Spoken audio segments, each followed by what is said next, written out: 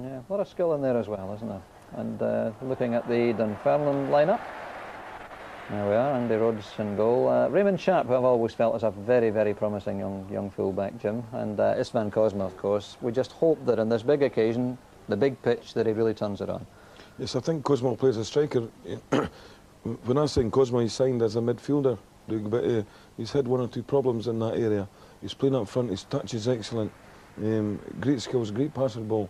He's an athlete, typical European continental player. You know, easy stride. He saves a lot of time just bringing the ball down in that split second, making the pass.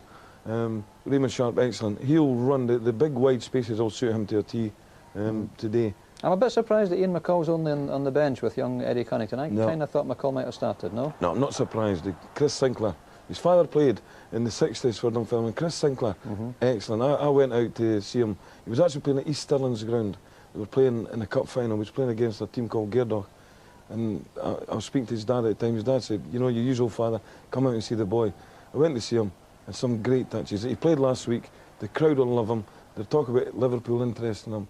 He'll go out, and I hope the lad's a character. Twice, when I try to sign him, what a manager does, Dougie, when he brings a young player in, he says, right, for example, I've got 70 quid to give him basic a week, I'll offer him 50. He'll refuse the 50, I'll take him up to 70, he'll be delighted. But Chris Sinclair, you know, I did that method. I said, right, Chris, I'll give you that in your contract, whatever it was.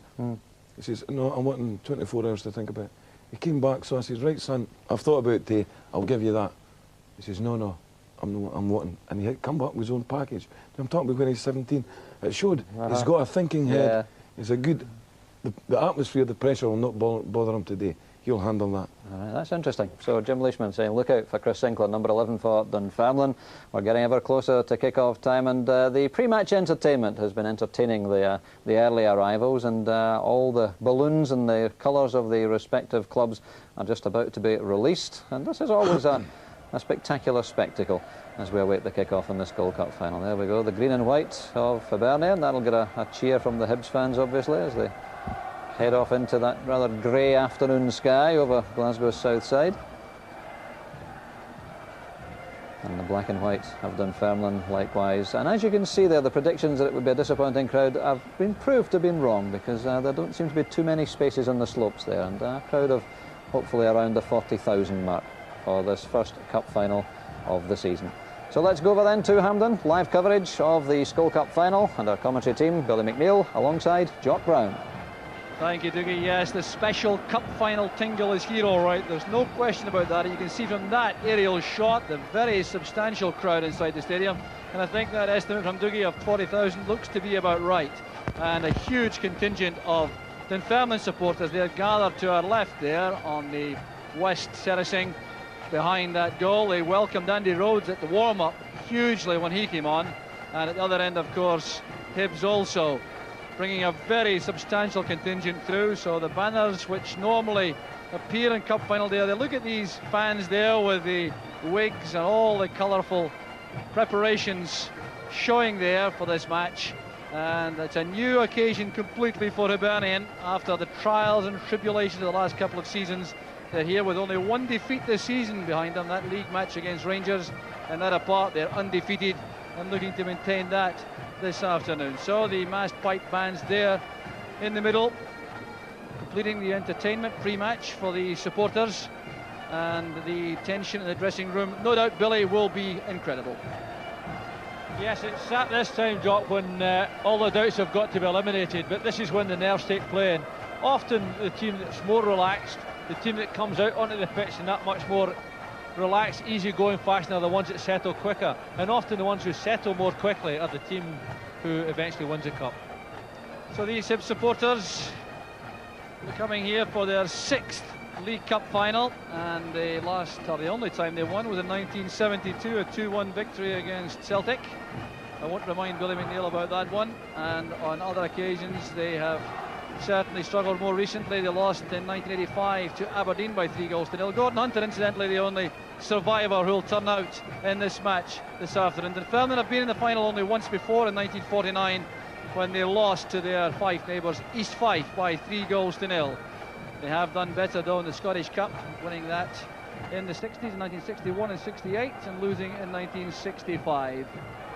And these Dunfermline supporters really have prepared well for this occasion after the difficulties in the league this season.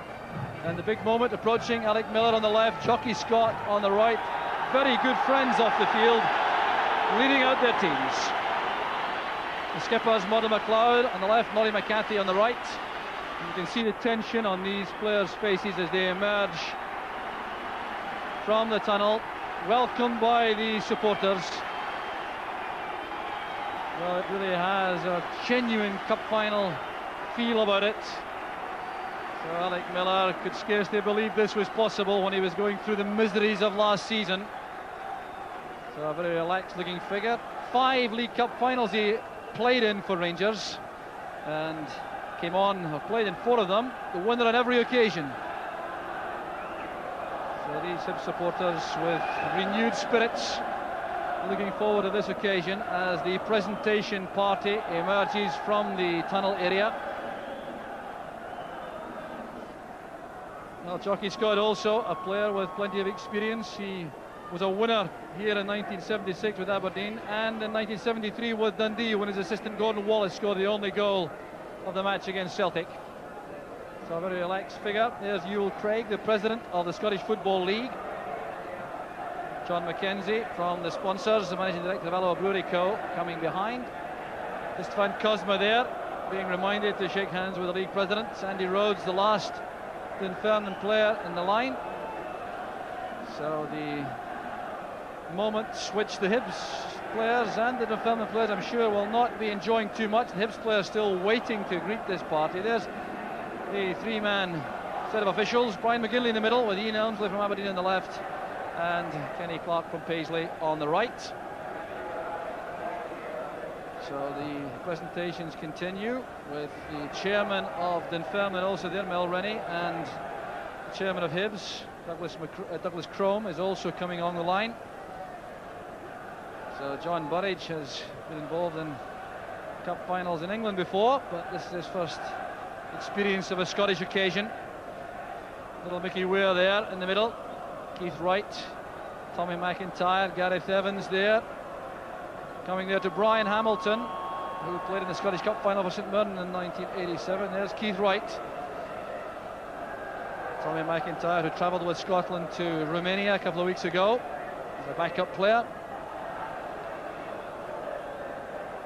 So the presentations are over. Alec Edwards, incidentally, was in that presentation party, who played for Hibs and Dunfermline, an outstanding player of the 60s and 70s.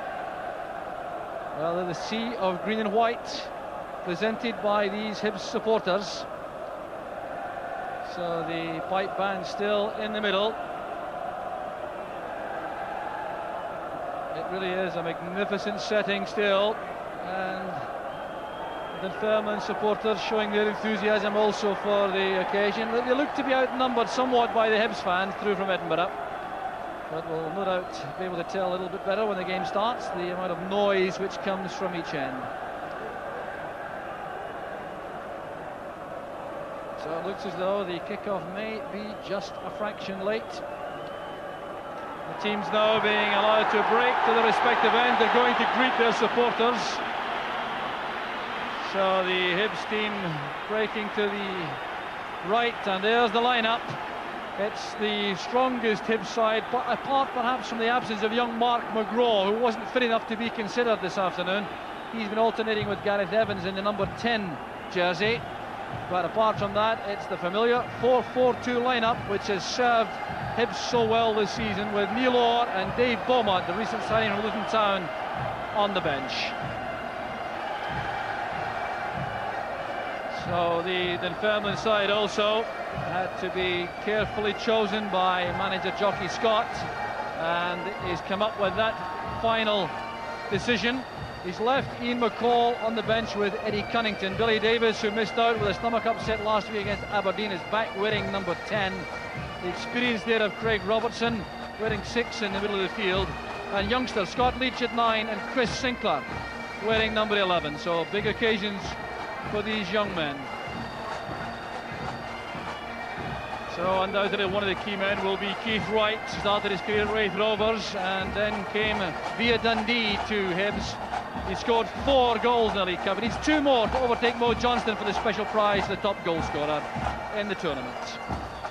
A new lease of life also for little Mickey Weir, who scored 7 goals this season, having scored a total of only 4 in the previous 3 seasons. Had a brief spell only with Luton Town, just 3 or 4 months there, and then returned for £200,000 to Hibs.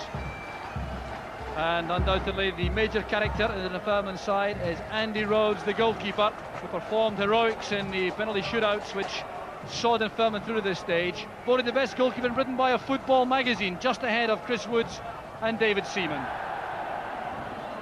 And Istvan Kozma, the Hungarian international, will have a free roll up front. He could be a devastating player in these wide open Hampden spaces. So Brian McGinley is refereeing his 3rd League Cup final. He was here in 1979 and in 1984. He's also handled 4 Scottish Cup finals, and he's been 15 years on the FIFA list.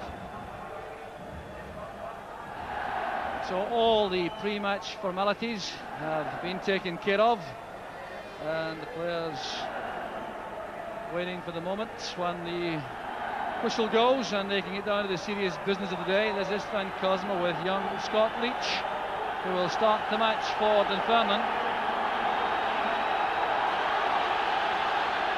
So tremendous atmosphere generated by the crowd inside the stadium. These are Dunfermline supporters.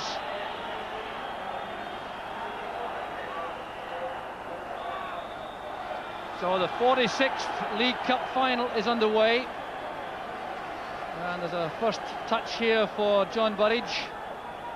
Hibs settling into their pattern of play from the start. They have not been notoriously quick starters in their good run this season. They've only scored once in the opening 20 minutes in any match, and that was scored by Tommy McIntyre against Stirling Albion in an earlier round. But that's the only goal they've scored in the opening 20 minutes, which I can tell you that the Dunfermline manager Jockey Scott sees as being absolutely vital for the match. He is determined that his team is tight and resilient in the opening spell, and that would allow them to develop some confidence, just as they did last week against Aberdeen in that 0-0 draw at East End Park, which did so much for the Fifers' confidence.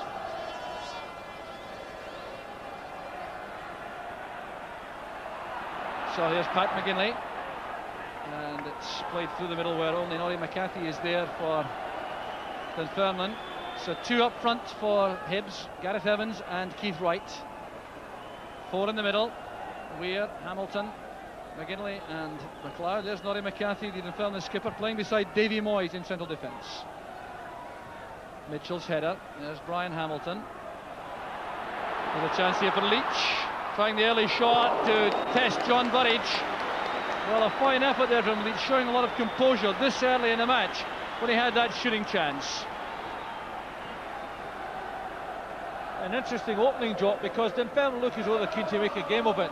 That shot won't have done the confidence any harm. They've seen Hibs make a little mistake at the back, and maybe that will speed up their build-up. Davy Moyes there got a call from Norrie McCarthy. There's a good understanding there between the 2 central defenders for Dunfermline, so no mishaps there.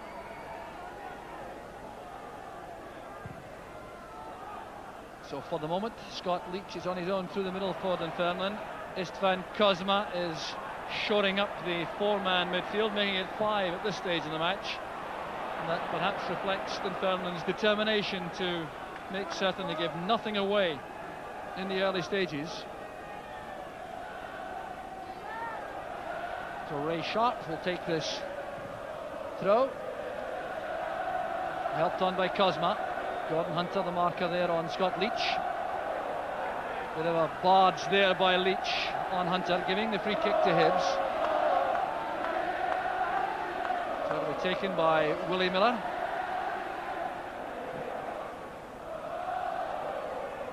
Well won by Sharp. Here's Weir.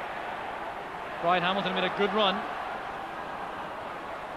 And Davis was very quick there with that challenge on Weir. There's Scott Leach. Now Kozma. Such a fluent runner with the ball at his feet is Finn Cosma. Brought down there by Mickey Weir. No, the referee's thought not. He waves play on with Hamilton in possession for Hibs. A long one for Evans to chase. McCarthy showing a good turn of pace there. Appear to be caught from the rear by Gareth Evans.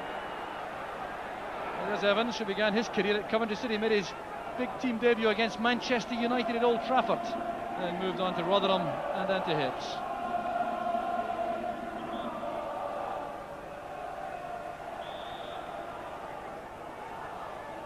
So the free kick will be taken by Ray Sharp.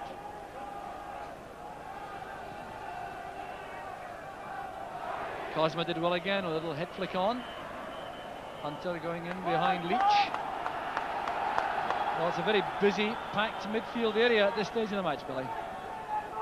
Yes, but impressively, Dunfermline have started well, and Cosma's caused a little bit of bother in the areas, little flicks into Leach, and Leach is a difficult little lad to knock off the ball at times. I think that whatever else, Dunfermline are going to have a go today. Well, the players before the match certainly appear to relish the opportunity to forget the league worries. Here's Davy Moyes.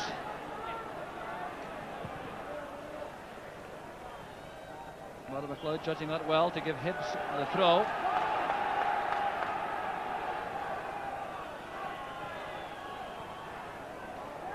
Mitchell's early cross. Mickey Weir's the only Hibs player. He's managed to get his head to that. Well, quite remarkable. The smallest player in the field by far getting an end of that Graham Mitchell cross.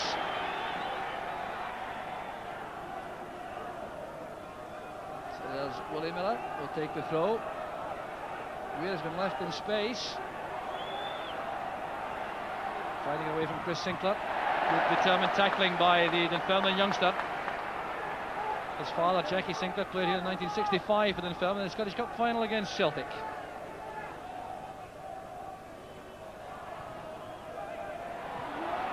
Crowded area at the near post there. Mother McLeod's in the thick of all that, so is Keith Wright. Turned back by Tom Wilson. Andy Rhodes had to be quick to prevent a corner kick.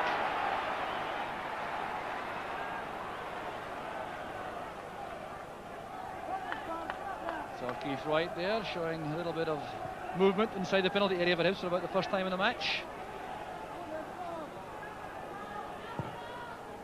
Tom Wilson picking out Cosma.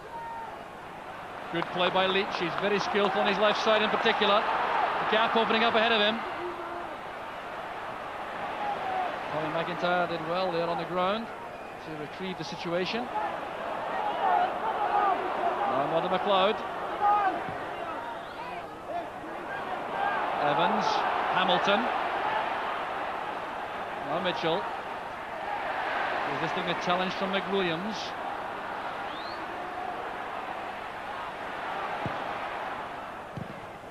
Put away in a very sure-footed fashion by Norrie McCarthy, but there are signs here that Hibs are warming to the task.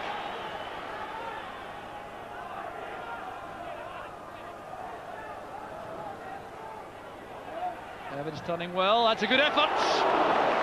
Oh, well taken by Andy Rhodes, the kind of save which is so important to the Dunfermline early in the match. But Gareth Evans here had but one thought in mind when he received that throw. He turned inside, and that is hit with tremendous power. Marvellous turn, Jock, and great power in the shot, but again confidently dealt with by Andy Rhodes. But Hibs in the last few minutes have started to knock the ball about, an awful lot more purpose, and look very, very determined to ensure that this trophy goes back to Easter Road. There's Sinclair. Has to overcome early match nerves normally, Chris Sinclair. No trouble on that occasion. There's Mickey Weir. Now Wright makes one of those excellent runs wide. Weir sending it across, and it's well taken out of the air by Andy Rhodes. Now Rhodes has played in a League Cup final in England for Oldham against Nottingham Forest. He lost on that occasion by 1-0. And Tom Wilson there receiving the pass, won a Cup Winners' medal for St Mirren in 1987. He was a teammate then of Brian Hamilton, who's in the Hibs midfield. There's Wilson again. It's well won by McIntyre. McGinley and the McWilliams tangling. The result is a throw to Hibs. Some very interesting combinations of players here who've been teammates before. Craig Roberts and Keith Wright were teammates at Raith Rovers. Keith Wright and Derek McWilliams were teammates at Dundee. And Murdo MacLeod and Davy Moyes were together at Celtic. Add to that the other 21 internationals, Willie Miller and Ray Sharp. So opponents who've been teammates in the past. An interesting number there. Here's Willie Miller. But just beyond McCarthy. Davis switches play to that space on the right for McWilliams.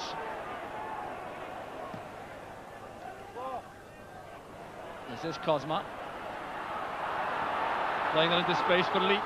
Gordon Hunter is very quick. The Hibs marker there for Leach. It's asking rather a lot of Derek McWilliams, who had the last touch there. Well, McWilliams, who was so effective playing up front for Falkirk in their promotion-winning campaign of last season, now playing wide on the right side of midfield.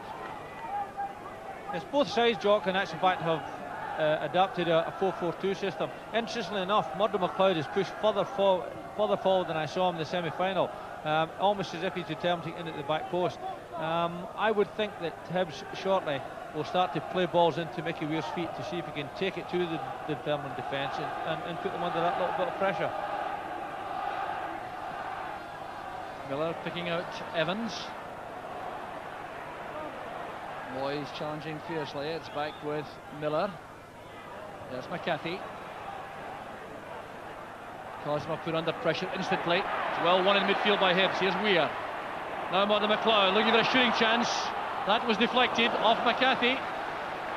Well, the referee doesn't agree with that. He's given a goal kick. Murdo MacLeod clearly thought it should have been a corner. Well, Hibs would certainly welcome Murdo MacLeod getting into these shooting positions around the penalty area. He scored the winner in the 1982 League Cup final for Celtic. So a man upon whom Hibs will be depending a great deal with his vast experience. Started at Dumbarton, then Celtic for 9 seasons, then Borussia Dortmund.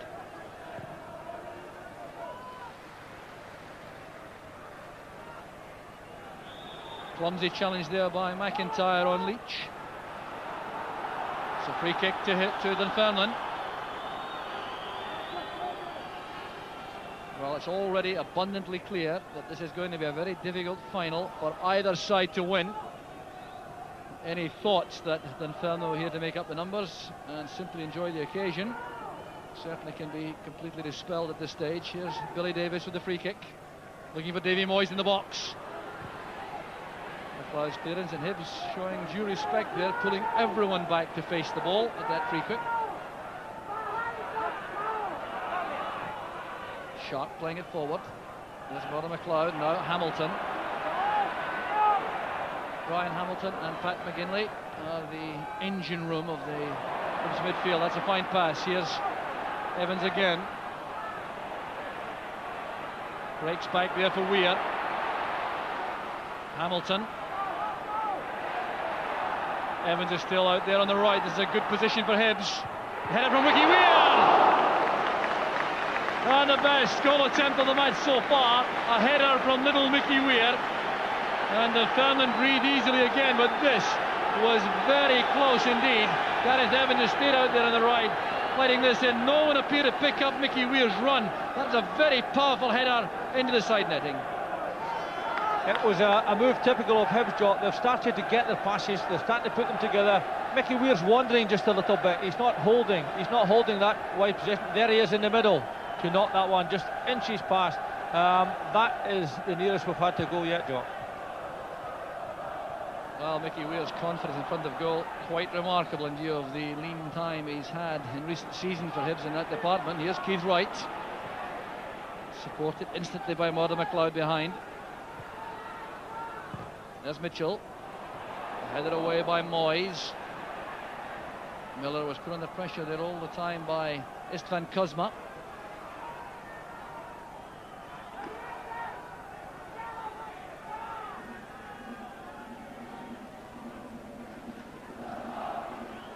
Davis helping it on. There's Leach. He's got a good touch on that left foot.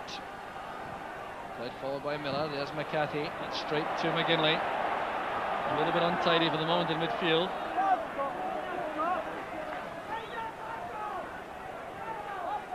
There's Graham Mitchell.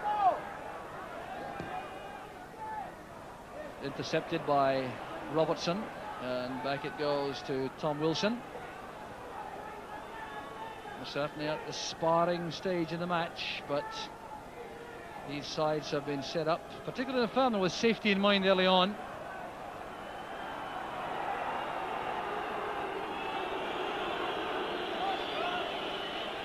So every passing minute with the score level will suit Dunfermline. McIntyre's head up. It's back with Graham Mitchell. Plenty of movement ahead from Wright and from Evans. Confident play there by Tom Wilson.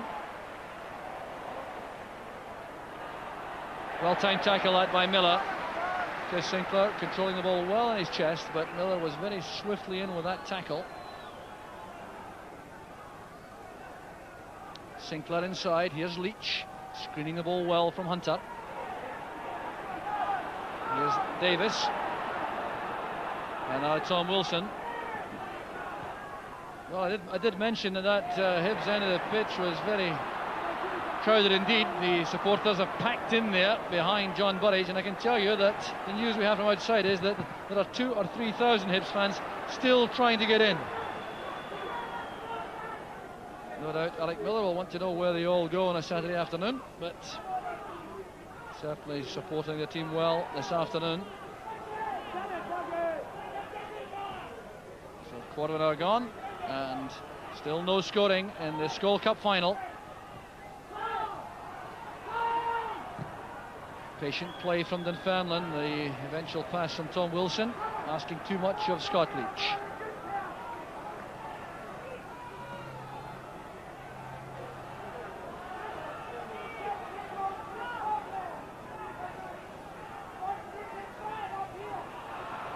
Cosma now has pushed forward to join Scott Leach in a more orthodox double striking position. Clumsy challenge there by McCarthy on Evans. Gareth Evans is a very elusive runner up front. He'll be testing these Dunfermline defenders to the full. It's back now with Willie Miller. The break of the ball falls for McGinley in midfield. Miller has stayed forward, supporting his attack. Keith Wright's layoff. There's McGinley. Such incredible running power, but Sharp did just enough for Dunfermline. Miller playing that on. Murdo McLeod challenging well, and there was no one coming in on the far post there, but McLeod was offside. Well, that's a very interesting feature, that, Billy, as you mentioned. Murdo McLeod playing very far forward, caught offside there. Yes, it's almost as if Alec Miller has asked Mickey Weir to play a more deep lying role, and you see Murdo push right forward. Gets up there. I don't think he was offside, but it's interesting that Murdo has pushed very, very far upfield, and Mickey Weir's taken a more deep midfield role. So manager Alec Miller trying to cause some disruption to the Dunfermline defensive planning with that little bit of a tactical change. Hibs have certainly developed a very solid 4-4-2 formation. John Burridge there with lots of instructions for his teammates. And Graham Mitchell had lots of time there, but decided to take no chances. He couldn't be entirely certain how closely he was being challenged by an opponent. Keith Wright back helping in defence there for Hibs. Played in by Sinclair. Robertson trying to help it on. He's got another chance to use Chris Sinclair here on that talented left foot. Out of luck there, the youngster coming inside. Mickey Weir trying to break clear for Hibs. He's brought down in the end by McWilliams. An angry reaction from Mickey Weir. Well, a little debate going on. Murdo McLeod steps across and escorts his teammate away. I think that's just a little bit of nerves there. There's not a lot in it in actual fact. It's a typical forwards challenge and back, and down comes Mickey Weir. And I think Mickey Weir just showing his anxiety and his cup final nerves there. So Derek McWilliams was spoken to there by referee McGinley. He's just trying to calm things down.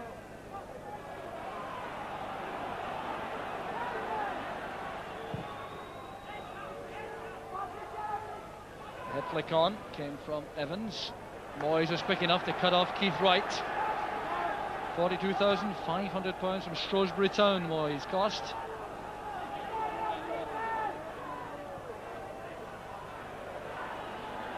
Evans across to Hamilton.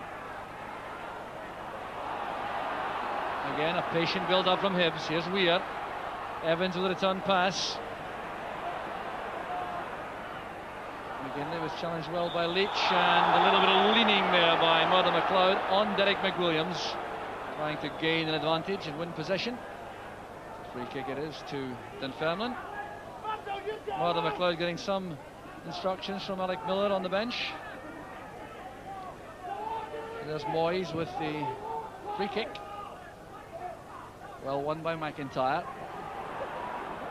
Cosma tried to pick out Derek McWilliams. So the throw to Hibbs to be taken by former Hamilton Accies defender Graham Mitchell. Well, Jockey Scott there with some earnest instructions for his team. Miller to Weir. Good challenge that by Sharp. He's released Sinclair in good space on the left. There's Cosma. Leach was coming in the far post area.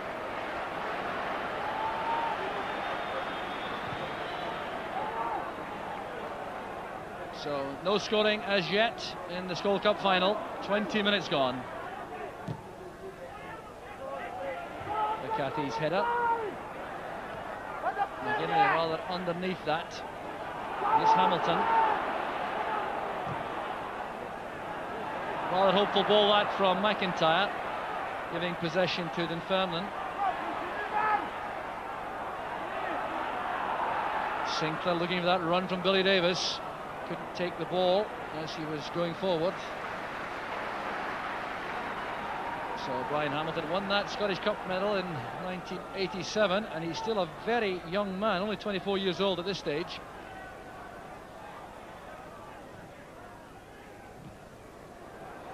There's Craig Robertson. Second spell at Dunfermline after that 3-season spell with Aberdeen. Hunter's clearance. Longest serving player in the Hibs ranks this afternoon. Signed in 1983 from Musselburgh, Windsor.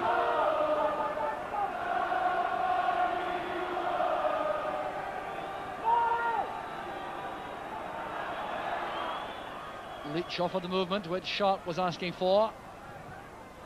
Denied the chance to play the ball across, though. It's gone out, and the last touch was by Leach. Well, Leach asking the referee for some help, which he's not going to get.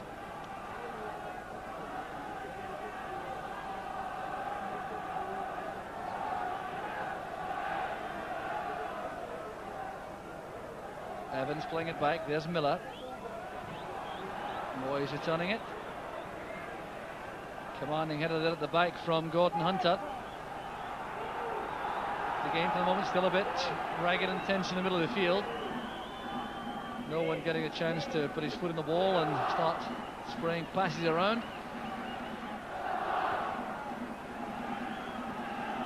Moyes going up well again. Here's Cosma. Sinclair making for the byline. The ball was out of play, I think. The flag has been raised on the near side.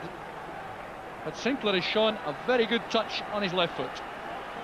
Yes, it's interesting enough. He's such a young lad, Jock, and he seems confident enough to take people on. And I think this game today is going to be unlocked by someone who's prepared to go at these opposing defence, take them on round about the box, and maybe get in a good shot or a good finishing cross.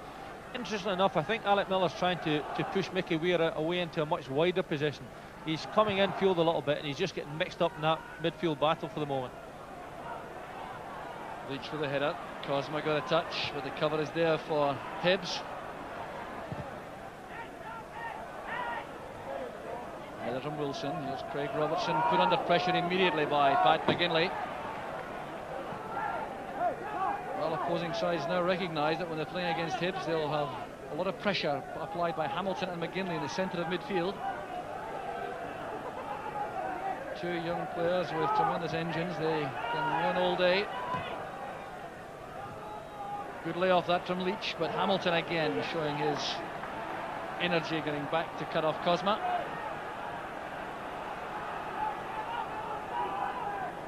Hamilton now looking for space in the middle of the field as John Burridge offers instructions and takes the short pass back from McIntyre.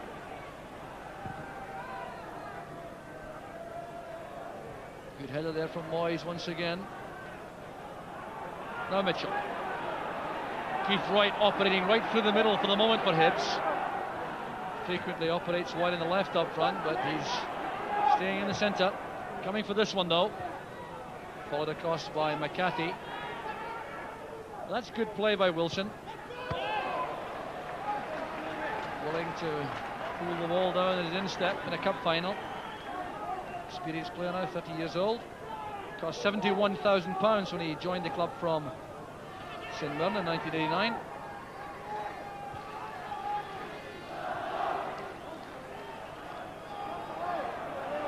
Good running there by Davis and by Leach. Cosmo goes off on the right. That was cut off well by McIntyre. Now Miller trying to release Evans on the right flank.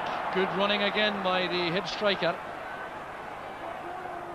Trying to get the better of McCarthy.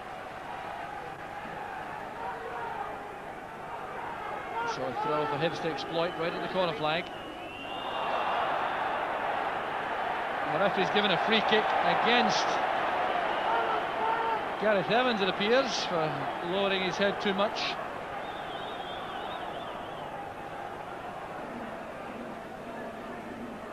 Well, Evans certainly has looked lively up front for Hibs in the early stages of the match. Still haven't seen a great deal of his striking partner, Keith Wright, though. Pushing by Hunter and Leach.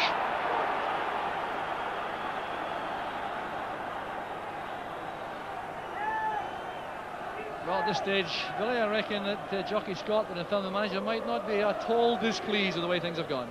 No, I think he'll be the happier of the two managers, Jock, because he's seen his team escape from a near miss, and they've settled down now and they're taking the game to Hibs at the moment. They're sharp with the free kick. It appear to come off Keith Wright. I reckon that'll be a corner kick, yes. That's the decision of the linesman and referee. Some more work for Hibs defensively, and they've pulled every player into the penalty box. There is no Hibs player outside the penalty area at this stage. Sinclair's corner, Burridge comes to claim it. Well, that's the kind of catch which inspires confidence in his defence. Taking plenty of time because he needs to allow his teammates to make their way upfield.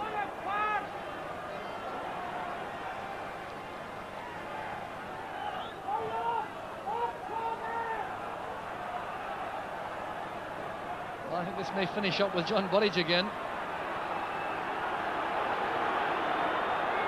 Well, a short throw out from Burridge to McIntyre, taking Hibs nowhere really in the end.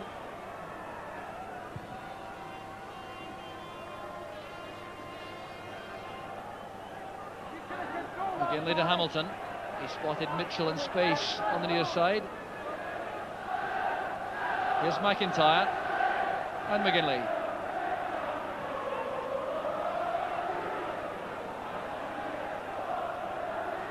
Marking is very tight among the Dunfermline players whenever Hibs have possession. That's what's making life so difficult for Hibs coming forward.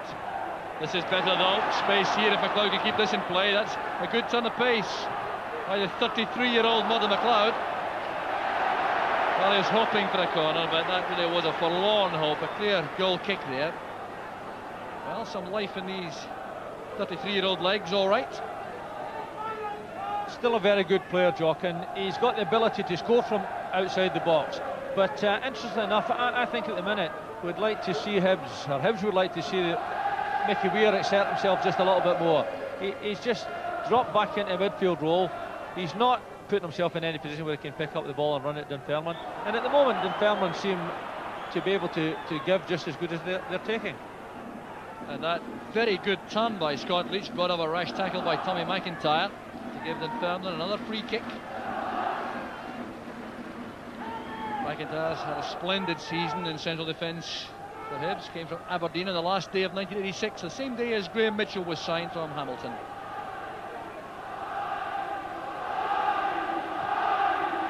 Wilson's free kick. There's Davy Moyes. Chance for Leach.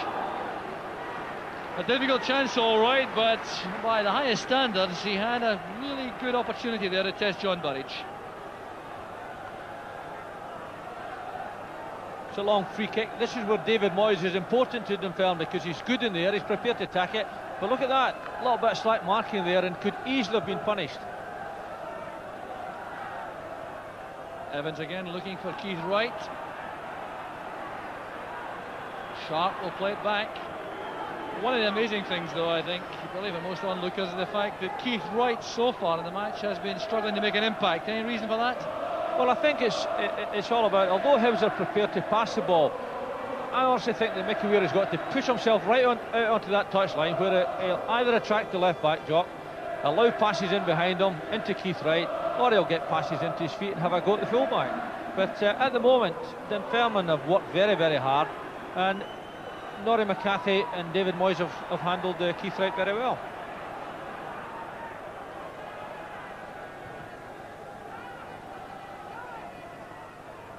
Wright did well on that occasion and got across Davy Moyes. You could see Moyes shaking his head there in frustration at losing that high ball. It must be just about the first one he's lost in the match so far. Well, the old stadium is still the place to be in Cup Final day, there's no doubt about that. It's Cosma. Well mopped up there by McIntyre, remained very calm. Now Keith Wright in one of those positions which he tends to exploit so well. Taking on Tom Wilson. That's a good cross, just too close to Andy Rhodes. Well, Wright will have been happy to have that bit of involvement. Good running again by Hamilton. Pushed from the rear there by Sharp on Weir. So some backtracking required for young Chris Sinclair. There was a challenge which incurred the wrath of referee McGinley. Sharp on Weir. Interception there by Wilson. Here's Craig Robertson, he's in trouble. They really don't get time at all in the centre of the field against Hamilton and McGinley of Hibs. And some carelessness there, giving a snap chance to Keith Wright. Well, he was disappointed that came to his right foot, but he's not quite so deadly. But Raymond Sharp in possession, McCarthy inside, couldn't lose his bearings for a second, and Keith Wright could have well have punished Dunfermline. Very careless defending, Jock, but there it is, it's on his wrong foot, and rather than kick it up the field with his right foot, he tries a risky pass. Fortunately for Dunfermline, it came to Keith Wright's weaker foot, and over the bar it went. Well, Keith Wright needing 2 goals this afternoon to steal from Maurice Johnston of Rangers, the sponsor's prize of a holiday worth £2,000.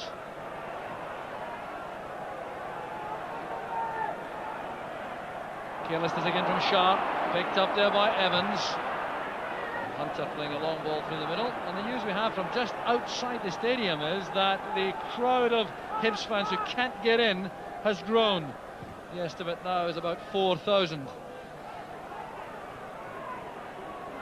So it wasn't a made-all ticket, the match, just the main stand, and Hibs fans wanted at one particular end of the field, obviously. Police will not be happy to have any mixing of supporters, although I would doubt if there would be any difficulty.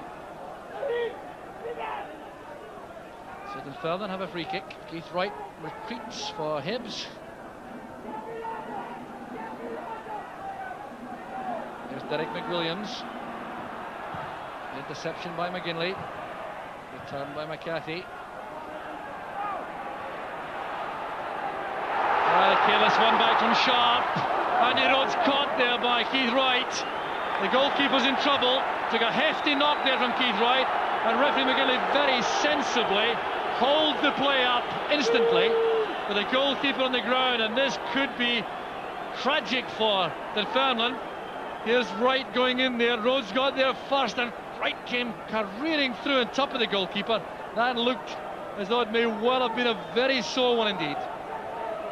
It comes from a slack back pass again. Andy Rhodes reads the situation very, very well, and Keith Wright just slides into him, Jock. It's one of these dangerous incidents where we could have a serious injury here. Andy Rhodes has come out. Keith Wright, maybe protects himself more than anything else, but let's hope that there's nothing undue wrong with Andy Rhodes. Well, I wonder there, just looking at that again, it looked to me as though Keith Wright may have lost his right foot as he came forward, because he did appear to come careering through there when he wasn't going to get to the ball, and I don't think that was out of malice. I think he may just have lost his right foot, the studs on the turf, as he came onto that. It would be interesting to see that again, because there's no doubt in my mind that that wasn't malicious. It was very unfortunate indeed, and if we see this again, let's test that again. Ray Sharp certainly will be very upset about his pass back. Keith Wright coming to this. Now Andy Rhodes read it well. Came out now. If you just watch Keith Wright as he comes to the ball here, his right foot appears to go from under him, just about this point here. And there's the slide on the right foot. I don't think that was deliberate at all. No, I agree entirely with you, Jock. I think what happened is that Keith Wright realised the goalkeeper's beaten him to the ball and started to pull out of the challenge. Unfortunately, he slipped and he slid right into the goalkeeper. Let's hope that there's nothing untoward wrong with Andy Rhodes, because once again he saved Dunfermline. So Jockey Scott having a chat with one of the senior professionals, Craig Robertson, about what might be required in the event that Andy Rhodes is not fit to continue. Well, it's a very sad moment, this. Andy Rhodes, a tough, determined character. He will not be interested in leaving the field early. You can be absolutely certain about that. Pip Yates, the Dunfermline physio, has taken plenty of time, and referee McGinley, to his credit also, has allowed even more time than normal. The usual customary respect shown for goalkeepers, because the last thing anyone wants to see is a side gain some kind of advantage because the goalkeeper is unable to perform normally. Well, he's on his feet now, that's a healthy sign. And Andy Rhodes going back. We'll get a great reception. The Dunfermline supporters will be mightily relieved to see their hero back on his feet. It looks as though he may have some very severe bruising to contend with after the match tonight, but that'll be the last thing in his mind right now. So long as he has normal mobility, he'll be happy. The drop ball restarts the match. With a chance for McWilliams on the break, picking up the clearance from Mitchell. And once again, a snap chance for Scott Leach. On his right foot, the weaker one. But there was a possibility there of Leach doing some damage as McWilliams pulled this across the danger area. Leach taking it first time. Ball just came a little bit awkwardly to him, Jock. It really hit his shin more than anything else, but it's a good ball in, and there is Scott Leach onto it. Again, it's on perhaps his weaker foot, but Dunfermline bit by bit are bringing himself into this game and are threatening Hibs.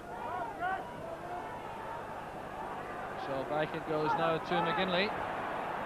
Space on the right for Miller, showing good control under pressure there from Sinclair. Trying to play that through for Keith Wright. McGinley was caught there. A high boot from Billy Davis, and referee McGinley, well, rather surprisingly for my money, is going to have a little bit of paperwork here. The yellow card going to be shown to Billy Davis. Well, I wonder if this is perhaps a shade harsh. I can't remember Davis being involved much before. It was a high challenge, but the ball was in the air. I think he's been a bit unfortunate in actual fact. I don't think he saw the Hibs player and definitely went for the ball, but Brian McGinley's perhaps just a little bit perturbed. There's one or two fouls have crept into the game, and he's out to impress his authority on it.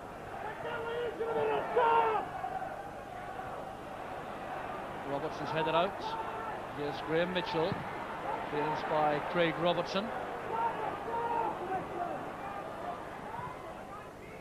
Hunter's pass back.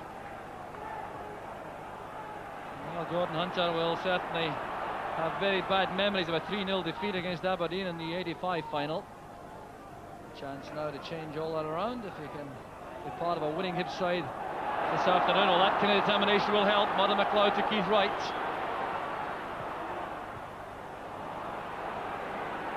Clearance reaches McGinley. Now Mitchell. Disappointing ball in there from Graham Mitchell. Billy Davis showing some very good control. Davis again, switching play to the far side, picking out Sinclair. Testing Willie Miller. It's good running by Sinclair. And some determined work carried out by Willie Miller, backtracking all the way with Chris Sinclair. 20 years old, young Sinclair. Well, what a great ball this was from Billy Davis. Sinclair taking it on the run, testing the pace of Willie Miller, making there for the byline. And it was deflected off Miller for the corner.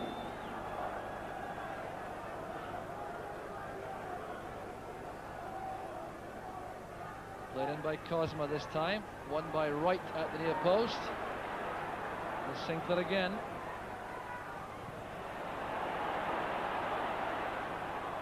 Headed by Wilson. So Chris Sinclair again backtracking. Well, that's a very careless one back towards his goalkeeper Andy Rhodes. Well, Chris Sinclair will be disappointed with that. Son of a Scotsman, but born in Sheffield. Rhodes appears to have shaken off that knock, at least for the moment. Let it stiffen up later on, but should be able to see the game out. And Tommy McIntyre has gone forward, so has Gordon Hunter. There's Mickey Weir's corner. Headed away by Cosma. And a free kick has been given for a challenge by Brian Hamilton. It's a free kick to Dunfermline.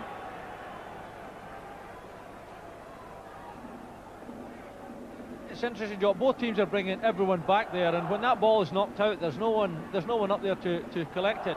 But you know, the way the game has developed must be pleasing Jockey Scott, because bit by bit Dunfermline have crept into this game, and they're posing a real threat to Hibs now. Hibs over the last 5 or 10 minutes haven't really been in the game as a real effective force.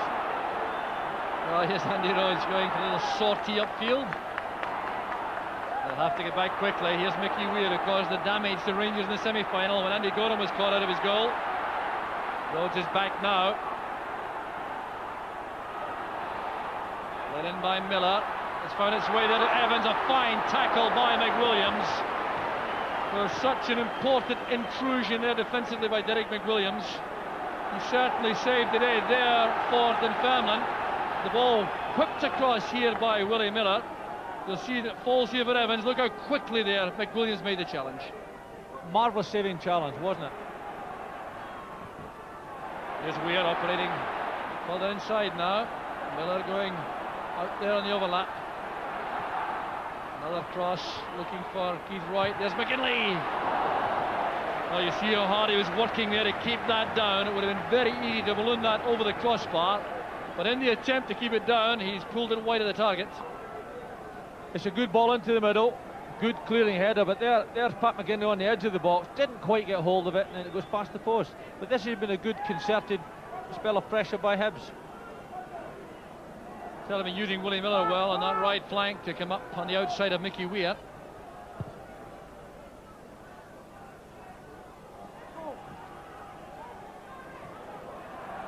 There's Martin McLeod forcing his way away from McWilliams. Gareth Evans takes over. McLeod again. Boys under pressure doing well. So did Sharp. Oh, that's good play by Miller. Mitchell playing it in there for Keith Wright. He takes it so well with his left foot in the turn like that. McGinley behind him. That's great play by McGinley. And eventually ran out of space and options. Well, he's looking upset about the fact he didn't get a free kick, but I must confess I saw nothing wrong with any challenge.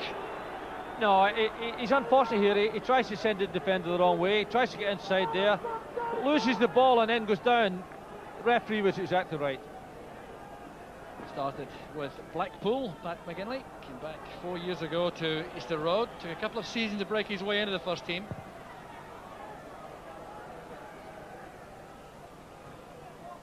So Andy Rhodes not able to take these goal kicks with any kind of comfort. That's beyond Wilson for Wright. The early ball played inside. Evans was there, so is Weir. A chance undoubtedly for Hibs. They've stepped up the pace in the last 5 minutes or so, and they're testing Dunfermline to the full. Pulled across well here by Keith Wright. Evans was trying to control the ball in the turn, screening that. There was Mickey Weir, and that was an excellent chance. Yes, it's again an indication of Keith Wright's ability to get into that inside left channel. Gareth Edwards doesn't control it. Mickey Weir would just get underneath the ball a little bit. Very definite chance. So the goal kick's being taken now by Davy Moyes. Andy Rhodes still in some discomfort. Here's Istvan Kozma. Tommy McIntyre did just enough to force the ball wide. Here's McWilliams. That's a good tackle by McGinley. He has McLeod available inside. McLeod has the determination to run away from McWilliams. Here's Evans. Over on the far side is Weir. Good flowing move this from Hibbs. Weir taking on Sharp to the byline. Very good defending by the fullback. He was very quick on the recovery. Good defensive play by Dunfermline, John, but again an indication that Mickey Weir in that position is a real threat to defences because he's got the ability to take fullbacks on and to whip good balls in. So the 45 minutes of the first half almost over, apart from injury time. Appeals there for a handball, very faint ones against Craig Robertson as he lashes the ball to safety deep inside the Hibs half.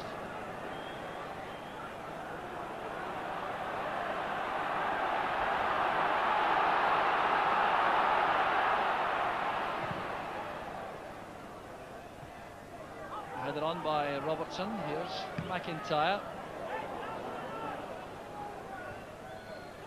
Wilson's header inside. Well, he's fortunate, I think, to pick up a teammate, Craig Robertson, with that.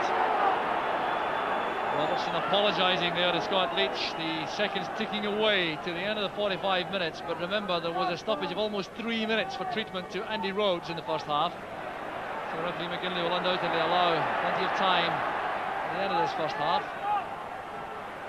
Good play there involving Miller and Weir. Now Wright.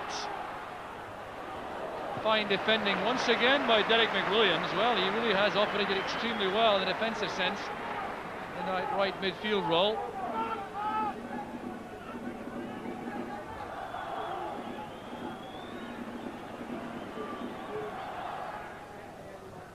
Blocked there by Hunter. Ryan Hamilton. Leach trying to link with Billy Davis.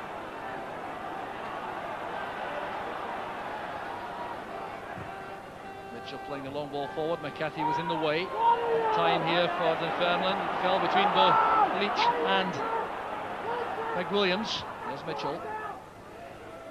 Chested down there by Wright, trying to find Evans. Tommy McIntyre is the covering player for Hibs.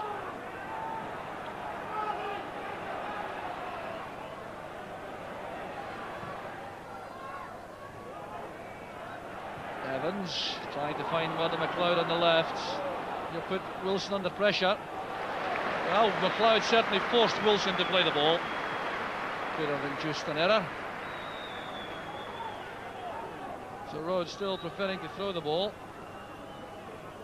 He'll get some more intensive treatment, I think, during the interval, Andy Rhodes. Well, we haven't had any goals in the first half, Billy, but there's been no lack of interest.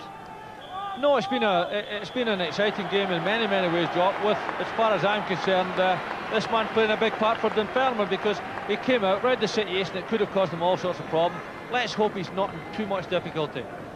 So Andy Rhodes limping off to get some well-earned treatment, but a lot of hard thinking to be done at half-time by both managers. I'm sure they'll be coming up with some tactical ploys for the second half. Hibs perhaps came closest in that first half with a couple of efforts from Mickey Weir in particular, one headering into the side netting, but apart from that it was a very evenly fought contest with Dunfermline growing in confidence the longer the game remained all even at 0-0. So I'm sure we're in for a fascinating second half, and it will be interesting to hear the comments of our studio panel.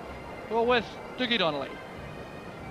Yes, hopefully it will, Jock. It's a good first half, actually. No goals, perhaps, Gordon, Jim, but bags of incident anyway. What would you say to it? Yeah, it's a very open game. A bit disappointing the amount of actual chances that we've had, but it's a good, entertaining, open game. Yeah, you certainly can't tell that there's virtually the gulf of the Premier Division between the two sides, can you? Yeah, I think a neutral looking at that game wouldn't know that Dunfermline at the bottom of the league and Hibs were further up, but Dunfermline have worked very hard for that, and I'm sure Jockey Scott will be a lot happier than Alex Miller. You've been up and down out the chair a few times, Jim, haven't you? Dunfermline are actually coping very well. I go back to the confidence that's been building over the last 2 weeks, Dougie. Really impressed with the front two. They're really working hard not to allow the back four of Hibs to play good quality passes to midfield. They're closing them down quickly, and the boy Leach in the first half on the television has looked at a quality player. He has indeed. They must be a little bit worried perhaps about the amount of space that Hibs are getting on the right hand side though, where Raymond Sharp's not having one of his better days. Raymond's quite a nervy type player, you know. He'll be the ones that would have probably felt the pressure all week, whether, you know, he's recovered from a long-term injury. Will he be in the team? Will he get the medal? You know, he'll be wanting that medal. And if I was Alec Miller at this time, I would push Mickey Weir further forward to expose the weakness just now. But Raymond's he's a big lad now, so he'll get a good talking to at half-time. He's a good player. I mean, we pointed out before the game, he's a good player, but he seems, as you say, just a little bit nervy today. He made a couple of mistakes early on, which obviously hasn't done much for his confidence either. That's right. The whole of Dunfermline side is a bit inexperienced. The left side is a bit inexperienced. You've got young Chris Sinclair who put the ball out for a corner just after it, so the tension maybe getting to him. Hey, we're doing okay here, you know. Let's keep it going, and they maybe get a wee bit lackadaisical. But no, they'll get through it.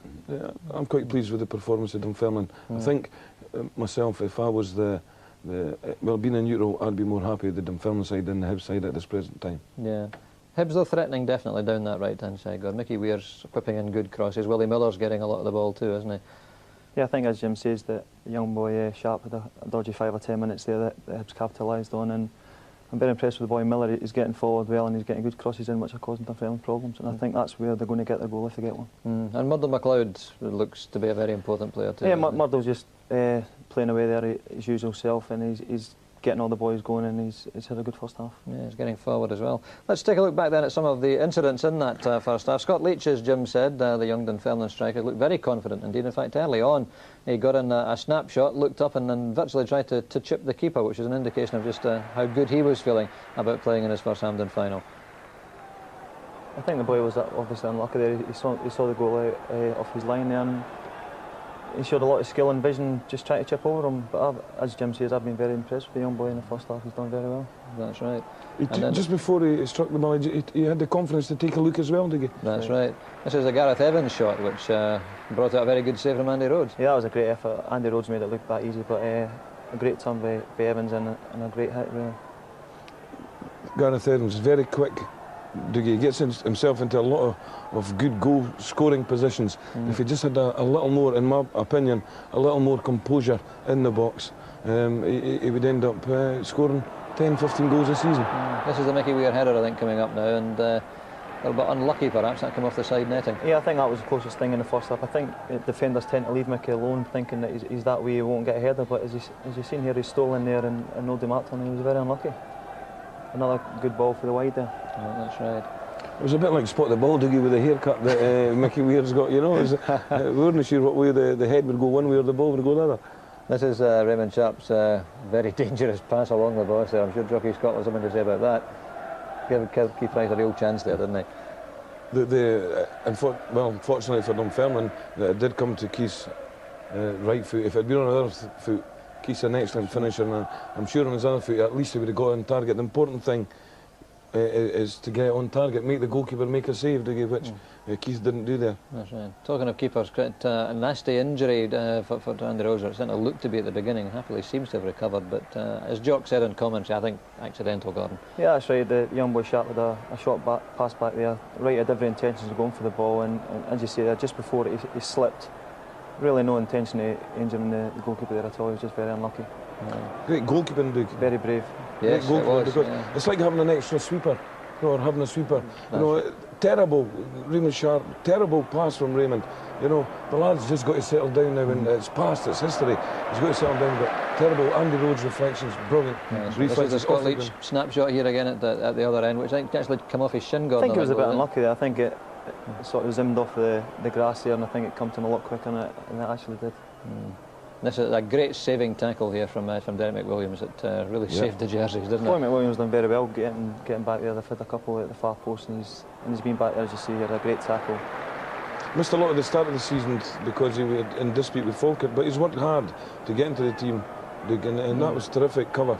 Terrific. That shows a good team spirit just now. That's right. Dunfermline defence maybe just caught a little bit there for that shot, wasn't it? Well, the boy right done well getting his foot round it, and Mickey was unfortunate that it bounced a little bit high for him and on his left foot, which isn't his better foot. I've written down here that there was just the one booking in the first half for Billy Davis, which seemed to be a little bit harsh. I thought it was very unfortunate. I think he never really seen the boy coming out his blind side, and I thought it was very unfortunate. Yeah. It was his first tackle, I think, as you said. That's right. But over the piece, Brian McGinley, which I think we would agree is probably our best referee in Scotland, Jim, would you? Yes, first class. He's up to date with the modern football, and he has a conscience about the game, and totally fair. I agree about the booking. I thought maybe if Brian has made one mistake the first half, it has been the booking. I thought it was a wee bit. I think he could maybe. Billy Davis is not a dirty type player. He could have let him off with that. A word might have sufficed. Yeah. So the pieces we agree probably Dunfermline happier than Hibs with the state of play so far. Possible changes, Gordon, in the way Hibs approach it, perhaps. I think they've got to get Mickey Weir forward a lot more. I think I think in the first half definitely that's where they caused Dunfermline most problems. And if they get Mickey forward and the boy behind them, Willie Miller following up there, I think they could cause problems there. But Mickey's got to go forward, get to the byline and get the crosses in. Yeah, and from the Dunfermline point of view, I mean, are they going to be happy just to soak up the pressure and look to counter-attack, Jim? There's no pressure on them, as I say, there's no pressure. If a defender kicks the ball long just as a clearance, the fans will accept that today. If the Hibs ones kick it long just to get rid of the ball, the Hibs fans won't accept that. They're expecting them to come here 3-4-0. So there's no pressure on Dunfermline. There's got to be a lot of talking to Raymond Sharp at half-time, just to calm him down, settle him down. He's a good, honest lad. Just calm down a bit, Sharpie. Keep playing, get the ball moving, play the way you're facing.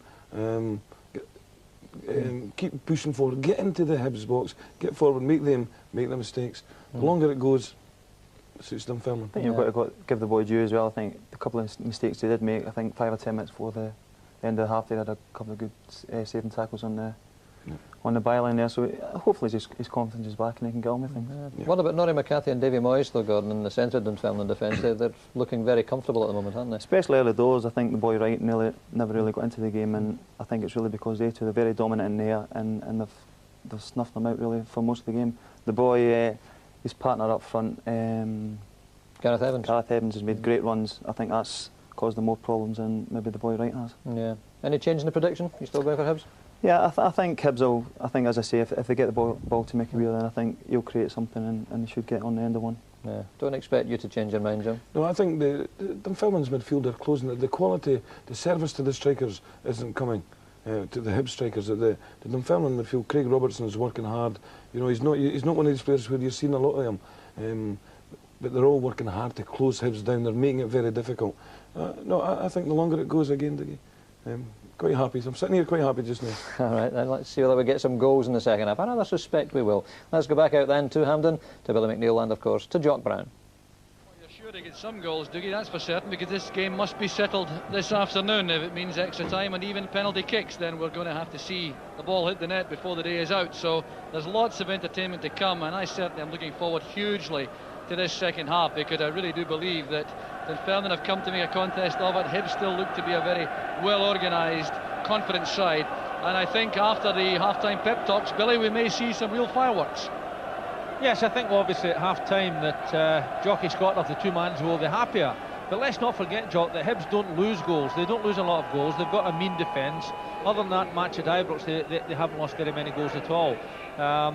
They're playing confident at the back. They're prepared to shorten the game as much as they can. But I honestly do feel that Alec Miller will ask, or perhaps even demand of Mickey Weir, that he pushes himself wider, gets himself in a position where they can play balls into his feet to allow him to go and have a go at the full-back. There is one player on the bench who could come on and do something creatively with some style, and that's Ian McCall, who's already been on in a Skull Cup final for Rangers, although that wasn't the happiest of occasions for him against Aberdeen. But do you think we may see some alteration of that kind? There's Neil Orr and Dave Beaumont are the Hibs subs, and Eddie Cunnington, who's more a defensive player, along with Ian McCall for Dunfermline. Well, I think Ian McCall is the type of player who would relish this atmosphere. He has the ability to go at people with the ball. It may well be that that Jockey will decide that young Chris Sinclair has done enough, although he's had a good first half for such a young lad. And it may well be that we see Ian McCall come on in that position, and maybe even switch to the other side of the field, to switch from his right foot onto his left foot, where he can hit some curling shots. Well, certainly no change in the Dunfermline ranks at this stage. The same 11 have emerged. The treble is still on. Well, there are some Dunfermline supporters retaining a sense of humour, all right. Treble is still on. Well, the Skull Cup finals are a realistic possibility. The league, I think, maybe beyond Dunfermline. And it's Murdo McLeod who has earned the applause of the Hibs supporters, sprinting out at the head of that Hibs lineup. And once again, no change being made. Of course, it is extremely early to consider substitutions at this stage when there is the possibility of extra time. So some well-dressed Dunfermline supporters there, all geared up for the occasion. Some spaces at the Dunfermline end, but precious few at the Hibs end of the pitch. So it's all set to get back underway again as the Hibs supporters, packed in there at the East Terracing, try to lift their favourite with some vocal support for the second half. So we're off for the second half of the match, and we're looking early on for any tactical alterations which may have been made by either manager at half-time. Here's Keith Wright in that inside left channel, taking on Davy Moyes, looking for Evans in the middle, and it's very good defending by Norrie McCarthy, covering the run made by Evans. The Hibs starting the second half as though they really do mean business. Now look at the defensive work in number 4, Norrie McCarthy here. Evans is very quick, but McCarthy was determined he would get there first.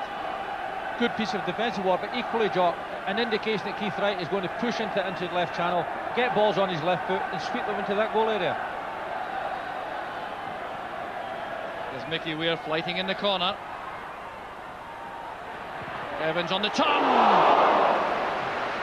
A fine effort again from young Gareth Evans. Andy Rhodes was very relieved to see that go over. The header out by Scott Leach was a good one.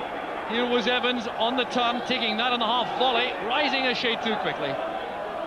He's got that ability because he reads us well.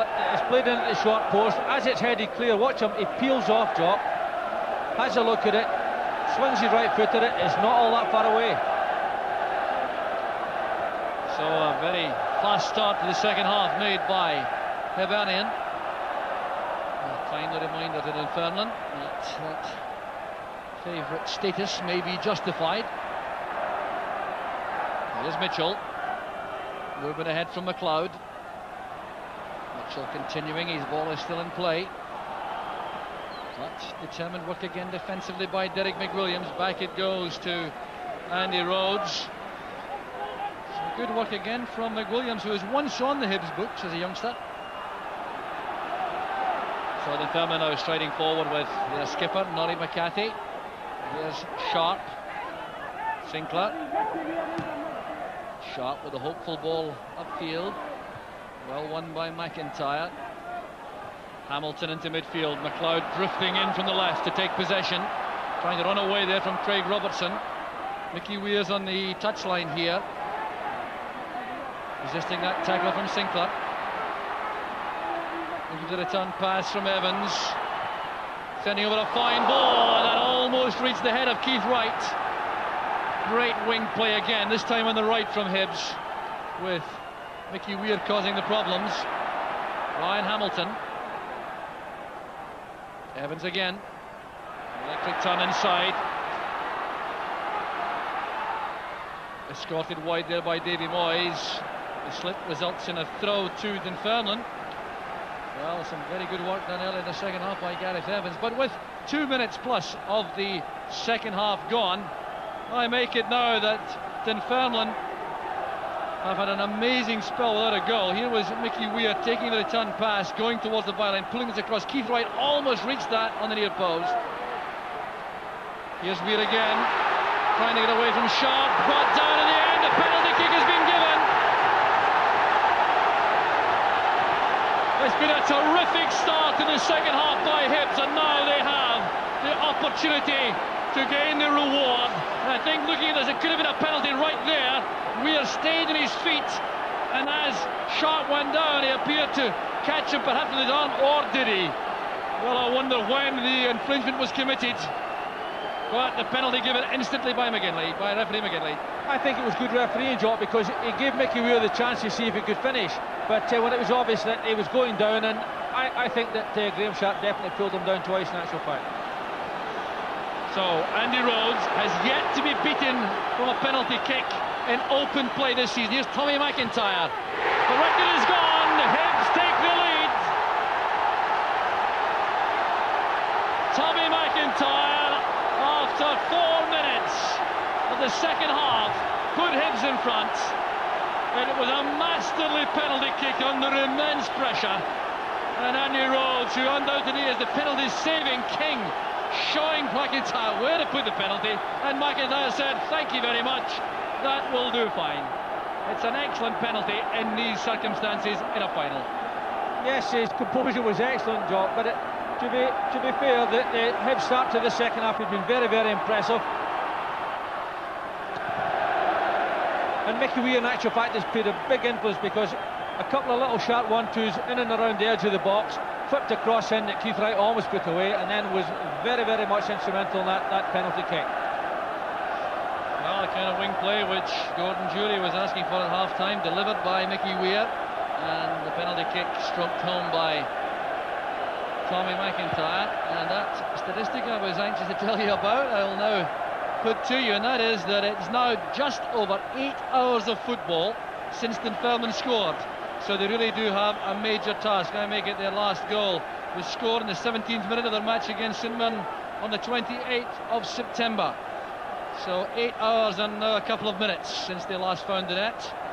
And since indeed beating Dundee United 3-1 in the quarter-final on the 3rd of September, they've only scored 1 goal from open play, and that was that goal from the match against St Mirren.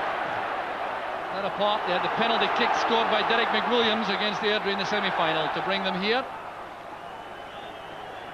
So they'll have to try to conjure up goals from somewhere now to save this final. There's Keith Wright, who has become more and more involved as the match has worn on. He had a very slow start.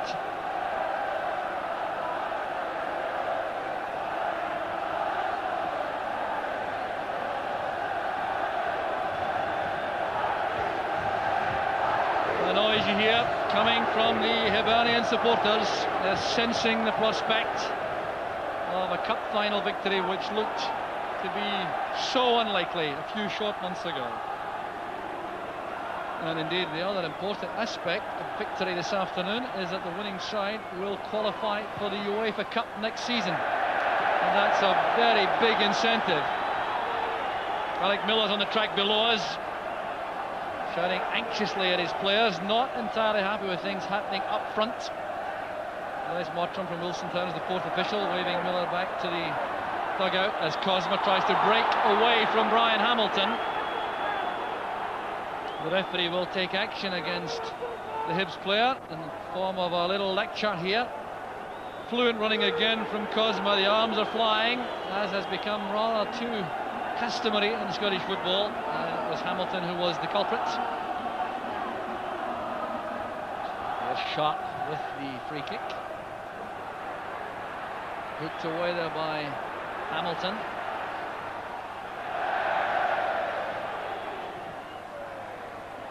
The dummy from Evans allows Evans to go in. He's always right to go in behind him, but good covering play by Ray Sharp. An offside flag up on the near side against Keith Wright, as the ball was won on the far side by Evans. The linesman has not moved the muscle. He's still standing with that flag upraised. He still hasn't been spotted by the referee. Kenny Clark from Paisley there with the flag aloft, still standing there. He hasn't changed position. And Dunfermline centre-half Davy Moyes has drawn the attention of the referee to that incident, and an offside decision has been given, so the corner kick will not be taken. It's a free kick to Dunfermline. Oh, Billy, any way back for Dunfermline now, having lost that early goal? Well, this is where the question is going to be asked of them, Doc. The thing, the goal-scoring record is not very impressive, and equally Hibs are very, very confident and powerful at the back. I think they've got a very, very difficult task, but it's a cup final, anything happens. We haven't seen an awful lot of Cosma in a free running sense. It may well be that he's got to be asked to impose his ability in quite a dramatic fashion. It's a poor free kick by Moyes, allowing Weir to break through the middle. And Moyes goes to meet him. The advantage has been allowed with Hibs still in possession. Here's Brian Hamilton. I fancy Davy Moyes will be in trouble as soon as the ball is dead. But it's still Hibs coming forward. Miller trying to find Keith Wright. Across goes Sharp. And referee McGinley looks for Davy Moyes. Yes, there's trouble here for the Dunfermline centre half, who showed his frustration after a very bad free kick to Mickey Weir as he came racing into a tackle which didn't really make contact, luckily for Weir. Well, it caught him just as he was riding the challenge. Miller's cross, McLeod beaten in the air by McWilliams. Here's Craig Robertson. Well, it's been a major dent in the Dunfermline confidence, that early goal. And it is the 6th time this season that, oh, there's a trouble for Murdo McLeod for a little trip on Derek McWilliams. He's going to be booked for that, the Hibs captain and assistant manager. But it was really a rather rash one by Murdo McLeod as McWilliams was going across him there. Little crack there from Murdo McLeod. Well, a booking for that and little complaint. I think he was unlucky actually, Jock. I don't think he tried to bring him down there, and I think he was just, his foot caught Derek McWilliams' trailing foot. Well, referee McGinley shows the yellow card for the second time in the match as the free kick is taken by Tom Wilson. And the point I was going to make about that goal for Hibs is the 6th time this season that they've scored just before or just after half-time, which is quite a remarkable point. Well, if there's a time to score, Jock, it's right after half-time, particularly in the cup final. Obviously, Alec Miller's had a go at them at half-time, and they've responded well. They look a yard quicker. So that handball doesn't matter because the ball was out of play for a throw before it happened. There's Cosma looking for Leach. Well, Leach had a very promising start of the match, but he's had precious little service, especially in the second half. There goes Keith Wright, and Andy Rhodes showing tremendous confidence and composure. All right, when he works up steam like that, is very quick indeed.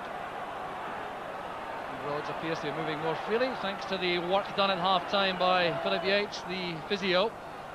Good play that by Rhodes. Cosma. Well, Istvan Cosma really has to dispel the feeling that he is something of a luxury player in these Dunfermline ranks. Here's Sinclair.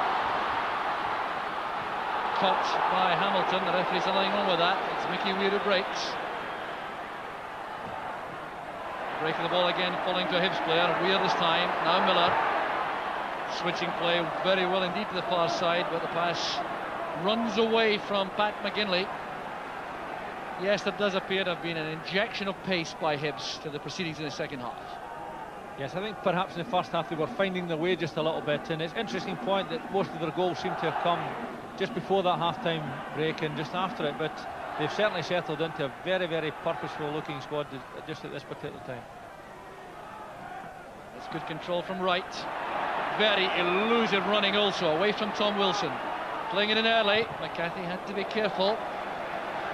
He's done well though in defence, Norrie McCarthy, but Keith Wright is becoming more and more important to Hibs.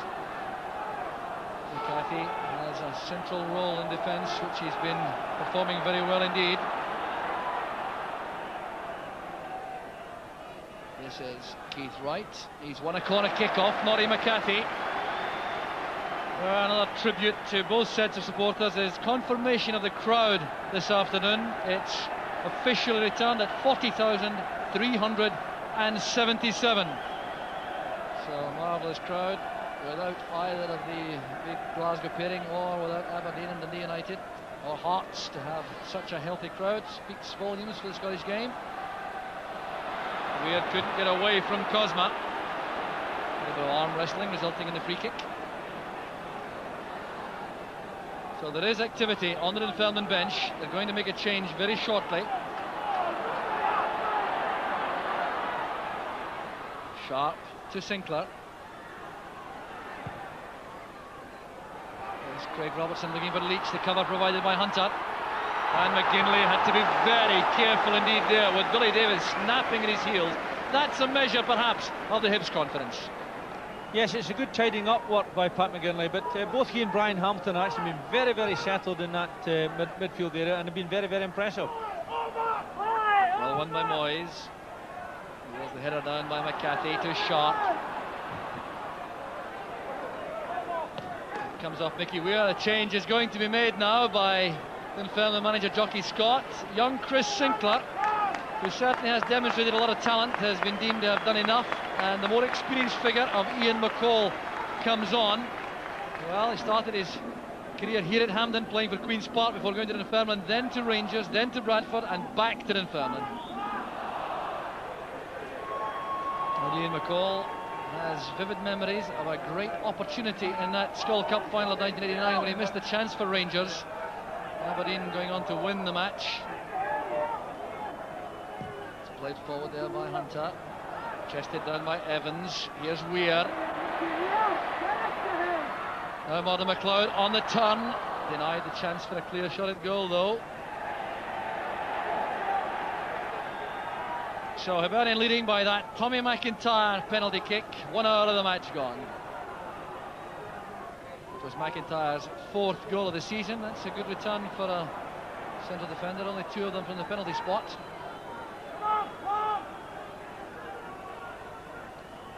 So Alec Miller looking a shade more relaxed, if that's possible, for a cup final manager. Shouting to Martin McLeod to keep the momentum going.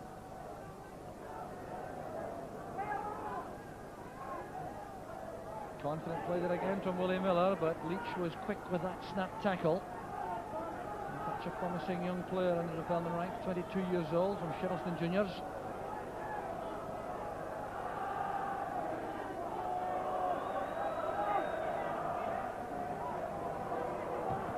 No way through there for McCall.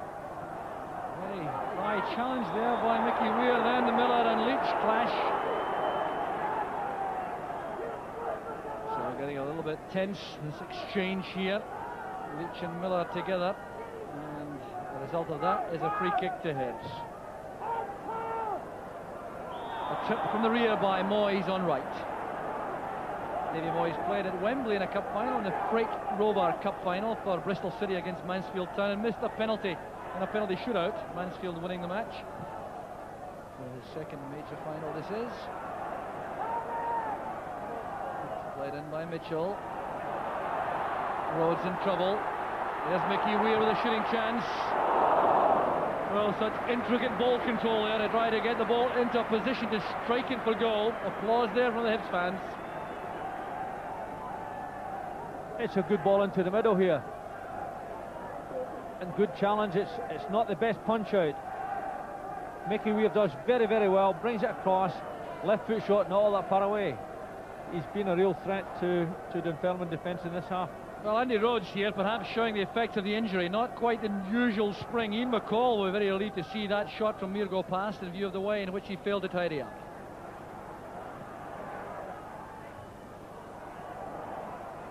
So here's McWilliams. And now Leach. McWilliams again. Across it comes to the near side. Cut off there by Mickey Weir.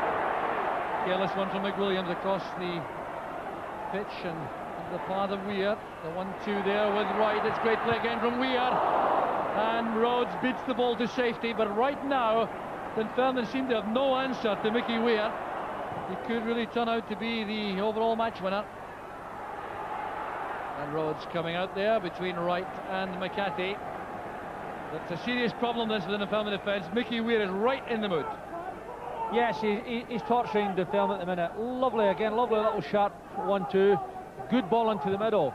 He's a real threat to them. There's no doubt whatsoever about that. So the header down by Hamilton. Here's Willie Miller. Gareth Evans running into the hole there behind the left side of the Dunfermline defence. Control let him down for a second. It's gone for a goal kick. Evans appears to be aggrieved about that, but the linesman had a perfect view. Well, that changed. Ian McCall on to replace Chris Sinclair. You did mention that as a possibility, Billy, at half-time. Yes, I think the young lad Chris Sinclair showed tremendous potential and a lot of composure in a major final like this. But Ian McCall's got that little bit of experience, and I think that Jockey Scott is maybe banking that he can get some play in and around the Hibs box where he can take people on. So McIntyre with a header. Dunfermline still struggling to be seen as an attacking force in this second half. Keith Wright complained that he was balked there as he made that run through on the Dunfermline penalty box.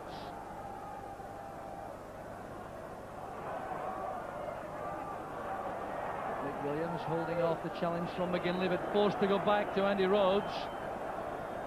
Well, Dunfermline really do need someone to stamp authority on the middle of the field for them, and that's proving to be very difficult against Hamilton and McGinley in particular. Here's McCall. Well, Mickey Weir really is full of himself these days, getting back with another good tackle. Leach helps it on. Cosmo arriving just a split second too late.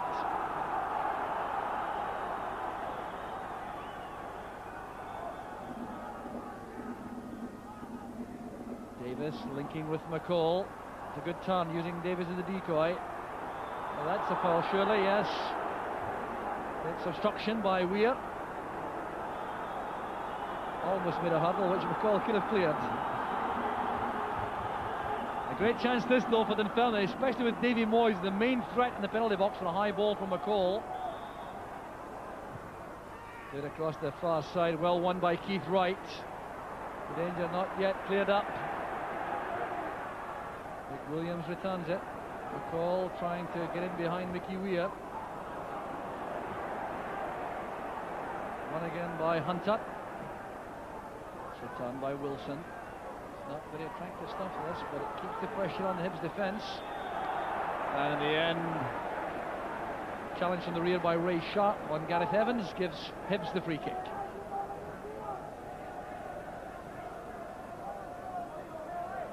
Well, while the score remains at 1-0 to Hibs, there's still the danger of a late equaliser. They'll be looking for a second, which would give them a cushion.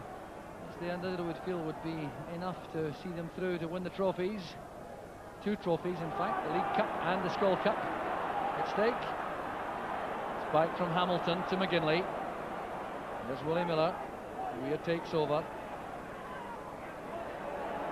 Miller trying to line up an accurate cross, playing that towards the near post area, but there was no runner in that direction.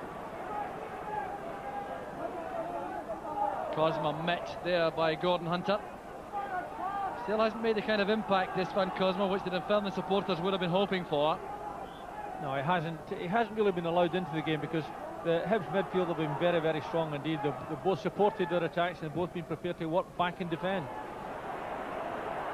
The Sharp overshooting his forwards. Just a little sign perhaps that heads have gone down somewhat in the Dunfermline ranks. They know that goal scoring has been such a problem in recent weeks. The Hibs do appear to have the bit between the teeth now. Here's Graham Mitchell, showing lots of confidence defensively. Well, that's the kind of confidence which is generated by an excellent run. Good player, Graham Mitchell. Started out as a sweeper at Hamilton, came here in that capacity, now playing very well at left back. So the midway point now in the second half, 3/4 of the match gone. The major statistic is the only goal of the match scored by Tommy McIntyre just a couple of minutes into the second half after a foul by Sharp on Weir.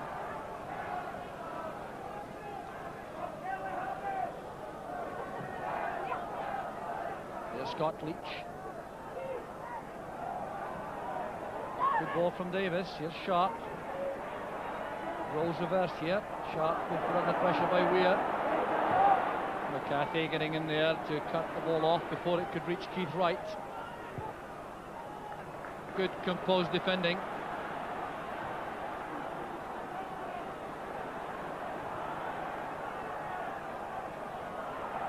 Here's Tom Wilson. Picking out McCall. Both former Queen's Park players these, Wilson and McCall. So this is a very familiar piece of turf to them.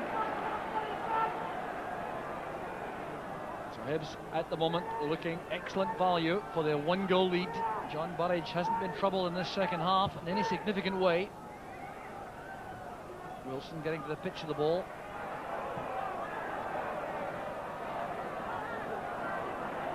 Here's McGinley powering his way forward again. He loves to do this. Good running there by McGinley. There's no foul there. He went past Davy Moyes and took off in dramatic fashion, but there was no contact with the Dunfermline centre half. So referee McGinley waves play on. And this time it's a foul by Leach on Hunter, going in with the elbow raised for that high ball. Well, Gordon Hunter and Tommy McIntyre were towers of strength in the Hibs side, which won the semi-final against Rangers, and they're on the brink now of getting their eventual reward with Cup winners' medals, unless Dunfermline can produce something before the end. There's Miller, cut off by McCarthy. Cosmo waiting for the ball. Hunter wasn't prepared to do that. He caught the back of the leg of his friend Cosmo as he made that tackle. And another feature of the play, though, was the way in which Cosmo was prepared to allow the ball to run to him, whereas Hunter wanted to go and meet it. Yes, a pass forward here. I'm not all that convinced it was such a severe challenge, but Istan Cosmo's had a disappointed day, and I think he's just looking for a little bit of a rest there. Well, Eddie Cunnington is the remaining Dunfermline substitute who could be called upon. He has played at left back and in the middle of the field on the left side, but it's McCall as substitute that Dunfermline will be hoping may be able to turn a match. Cosma limps back into the fray, and Dunfermline have the free kick, which Raymond Sharp will take. He's aiming that for Davy Moyes, who didn't let him down. Here's Billy Davis. Well, looking for one of those dipping volleys which can trouble goalkeepers so much. So Billy Davis was in the 1983 Cup final with Rangers, came out as a substitute in a 1-goal defeat against Aberdeen at the Scottish Cup final.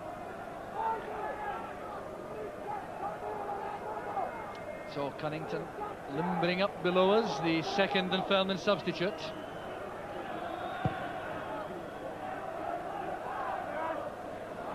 Vicky Weir getting up so well again. It's 5'4" frame, leaping well to that. Miller finding Evans to the middle. Supporting player is Weir. That's into the gap for Hamilton. Well, almost a magnificent pass that. Andy Rhodes had to be alert to collect the pass back before the corner kick had been conceded. A good, sharp, creative play from midfield, Billy. Most certainly, Jock, that Hibs are confident now, and they obviously can't see a way that they're going to allow Dunfermline back into the game. It's difficult to see where Dunfermline's goal is going to come from, and I would honestly think the best chances maybe from a set piece and bringing David Moyes and Norrie McCarthy up and seeing if they get their head to something. Well, here's one man who hates defeat, Tom Wilson, the fullback, looking for a run made by Scott Leach. The ball just a shade over hit, making it easy for John Burridge. Well, Burridge in his 24th season as a professional player, just about 5 weeks off his 40th birthday, playing for his 12th senior club.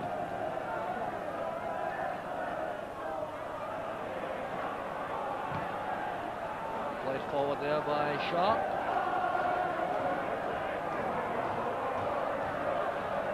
Cosma showing good control, clearly fouled that time by McIntyre.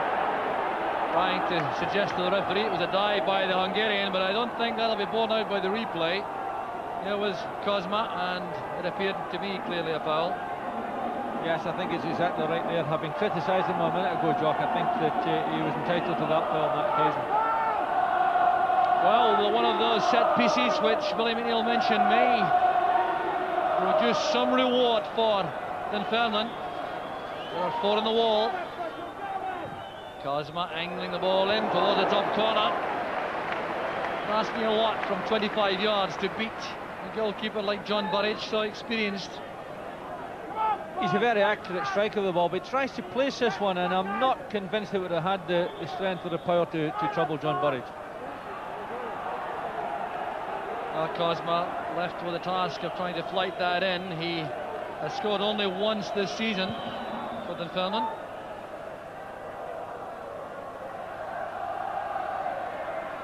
There's Moyes, headed away by McGinley, picked up Deep by Davis for Dunfermline. This is Sharp resisting that challenge from Weir. And he had to, otherwise Weir would have been in the clear.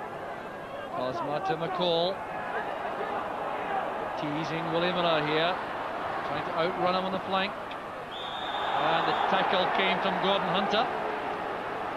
Well, suggesting he missed Ian McCall with a tackle, but why he dived in, I really don't know. No, it was a foul. The referee was right again, and really he could have shepherded him right into the corner there. Yeah, the work had been done really by Willie Miller, but Hunter's rash challenge gives McCall this free kick opportunity. McCarthy setting it up there. Here's McWilliams. And these eager Hibs players coming out of defence. McWilliams is on the ground, there's right breaks. Hibs getting a lot of players forward to support him. One of them is Graham Mitchell. He's brought down well with a good tackle from Greg Robertson. Well, the experience of Robertson vital there. He realised the danger posed on that break. McLeod's header. Here's Pat McGinley. Mickey Weir calling for the ball on the right. Willie Miller is a safer pass though for McGinley. And had to be turned away by Wilson. Wright was coming in on the blind side. I reckon there may have been a call there from Andy Rhodes. Well, dusk descending at Hampden. 40,000 inside the stadium watching Hibs. A goal ahead. Going into the last quarter of an hour of the match. Andy Rhodes organising his defenders. Well, remember, Dunfermline trailed Airdrie in the semi-final until they got a late penalty. Here's a chance for Brian Hamilton. Well met by Robertson. A chance down the break from McCall. He has help over on the far side from Cosma. Still McCall trying to go all the way himself. Well, he didn't take the time to look up. He would have spotted Istvan Cosma. A lot of space on the right. Frustration on the face of McCall. Yes, Joe, Istvan Cosma made a tremendous run through the inch of right channel, but I don't think Ian McCall could get his head up to see him, and otherwise he might have created a real bit of problem for Hibs.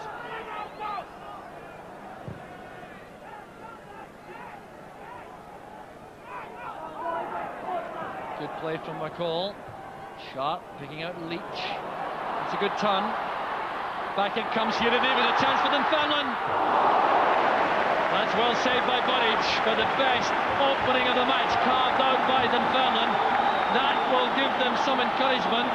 But Leach's back heeler opened the space up for Billy Davis. He didn't catch this with the power he wanted, I don't think. But Burridge made a good save. No, he did. He just didn't quite get to hold of it here. But a nice, confident little back pass. Billy Davis takes it in his stride, and it's on his favourite foot, but doesn't quite get a hold of it. But nevertheless, Dunfermline are going to go for broke now. Nothing else for it for Dunfermline. They must send players forward looking for an equaliser. Cloud's header. Wilson having his pace tested by Evans.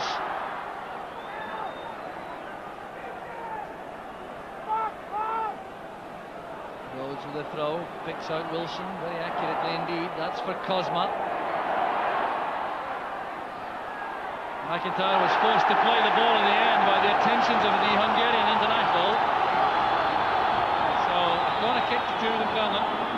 Yes, Cosma's better at running from those deep positions, Jock. In his defence, he likes to play from behind his front players, and he's asked to play up as a front player, and I think he's just that little bit uncomfortable in that role. So Ian McCall taking this in-swinger for Dunfermline. Burridge with a good punch. It's returned there by McWilliams. An acrobatic clearance by McIntyre. Sharp lofts it back in towards the area. Moyes got up well to that. And Burridge goes down bravely as Craig Robertson came hurtling in.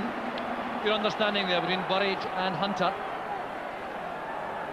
Characteristic little turn towards the goal by Burridge before the clearance.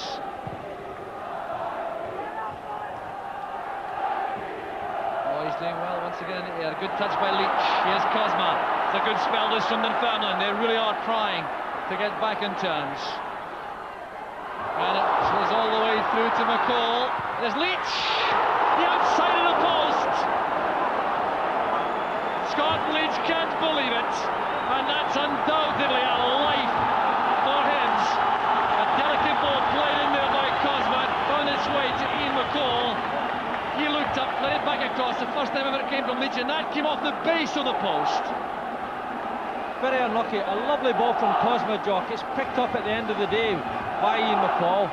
He looks up, plays it into the middle, and Leach is only inches away from getting the equaliser there. But a very, very good spell for Dunfermline. And it was a very good effort by Scott Leach. The way he controlled it, tried to steer it in. He didn't try to blast the ball. And then almost got some reward. There's Cosma with Mitchell. Well, Hibs, who looked so comfortable on that lead for so long, now having to work desperately in defence to keep Dunfermline at bay. Led in by McWilliams. And fine defending there by Brian Hamilton. Dunfermline fans looking for a handball decision, but they know there wasn't one there. Willie Miller's diving header, it breaks for Sharp. Dunfermline playing with renewed confidence now. Mickey Weir had to go back and help defensively. Well, he must be a candidate for man of the match, Mickey Weir. Did a fine game, both in attack and in defence. So just 10 minutes left for Hibs to survive, or for Dunfermline to conjure up an equaliser.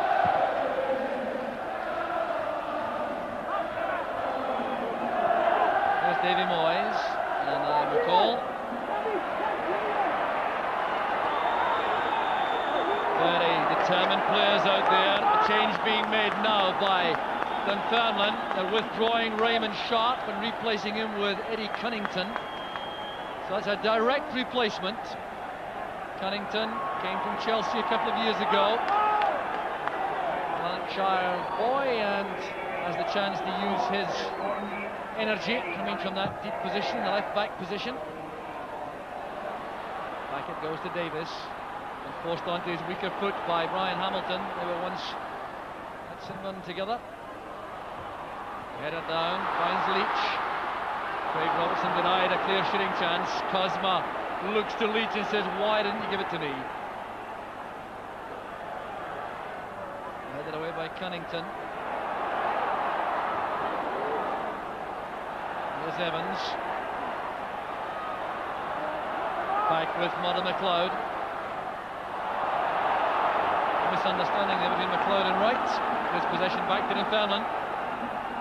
Dunfermline having a right go at the moment. In many ways they've got Hibs on the rack at the back. That it's obviously going to be a very, very exciting end to this particular 90 minutes. Dunfermline pressing to put the match into extra time, which they would do if they could equalise. Mother McLeod, just the kind of player that Hibs will be very happy to have in this late crisis. Hanging on, leading by a goal to nil. His experience valuable to organise the Hibs troops on the field of play. Dunfermline supporters giving some encouragement to their favourites.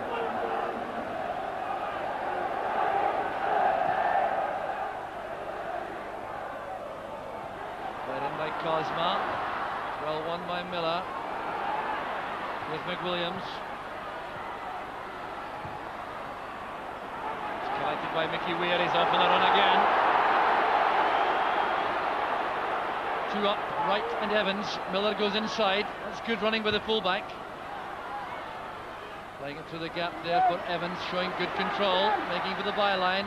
Also looking for Mickey Weir. Cunnington cuts off the possible pass to Weir. Still Evans in possession. He's there on the corner kick. Well, he's had a good match, Gareth Evans. May not have been in the starting lineup had Mark McGraw been fully fit, but he certainly has justified his inclusion this afternoon. Former Rotherham striker. Weir plays it short to Willie Miller. The angled cross setting up a heading chance for Pat McGinley. Prolific goal scorer this season from midfield. He scored 7 times. Joint leading goal scorer with Mickey Weir for Hibs, and here's why. He gets into these positions, didn't quite catch the header properly. Good cross ball from Miller, brings it into middle, and his header is not all that far away. Nice bit of relief after the press that Dunfermline was exercised on them. Here's Tom Wilson. Now Cunnington. Mickey Weir playing it to the gap for Wright. This could settle it for Hibs. It's Keith Wright. That settles it. surely destined to win the cup. And Keith Wright's goal there ties him for the goal scoring record in the Skull Cup this season with his 5th there. He joins Maurice Johnston. That won't matter to him right now. What matters is that it looks as though the cup is going to Easter Road. Mickey Weir with that delicate pass. Keith Wright going in behind Norrie McCarthy, looking up, measuring the finish, and Rhodes was left without a hope. It's a delightful little ball from Mickey Weir. Keith Wright's not offside, his time goes on to perfection, and a classical piece of finishing from Keith Wright. Has had a lot in this game, but there you are. Scores what I think will be a decisive goal. And the 7th goal of the season for Keith Wright. £500,000 well spent by Alec Miller. And Keith Wright, who had a tough first half, has been much more influential in the second, and that surely now the decisive moment. These Hibs fans think so. And surely now there's no way back for Dunfermline. They have only 5 minutes to save the game as Hibs look for more. Well, Dunfermline caught out there, pushing so many people forward. Always going to be exposed to a fast break when they were so committed to attack. Here's this Van Cosma. Good defending by McIntyre. Stayed up, kept his eye on the ball. Well, the Hibs fans breathing much more easily now, and down below us, Alec Miller clearly has completed a miraculous comeback for Hibs. And I can confirm now that Mickey Weir, who delivered the pass there for Keith Wright, has been voted man of the match. Here he goes again, looking for Evans on the right. And a bit of back chat off the ball by Derek McWilliams is going to result in a booking. Well, how foolish that was by McWilliams. Clearly thoroughly frustrated about the fact that the game now surely has run away from Dunfermline. And he showed his frustration with a bit of lip to the referee. With a sea of green and white from the Hibs end. Well, Hibs really on the march back. 1 defeat only in the league. And sure now to win the Skull Cup. 3.5 minutes left to play. What has the referee given? It looks like a free kick. An indirect free kick as a result of that back chat from Derek McWilliams. It's a chance for Hibs to exploit a set piece.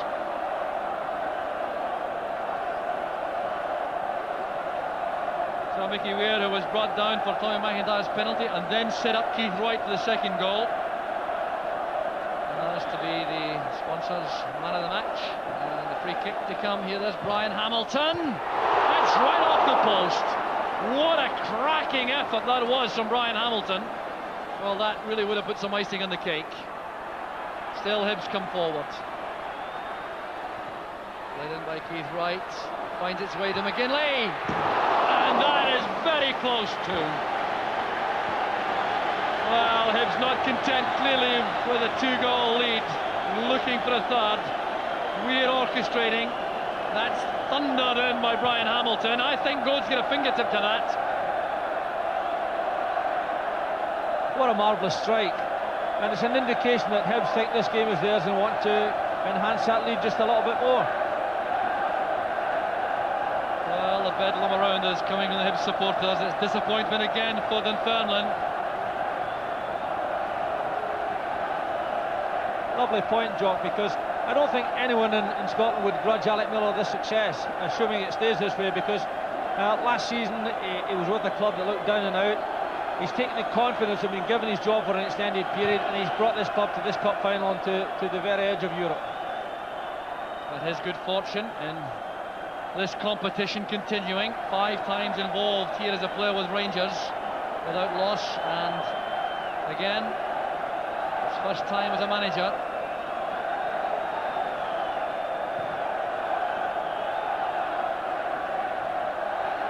So 90 seconds left. Hibs easing away towards the final whistle, leading by 2-0. It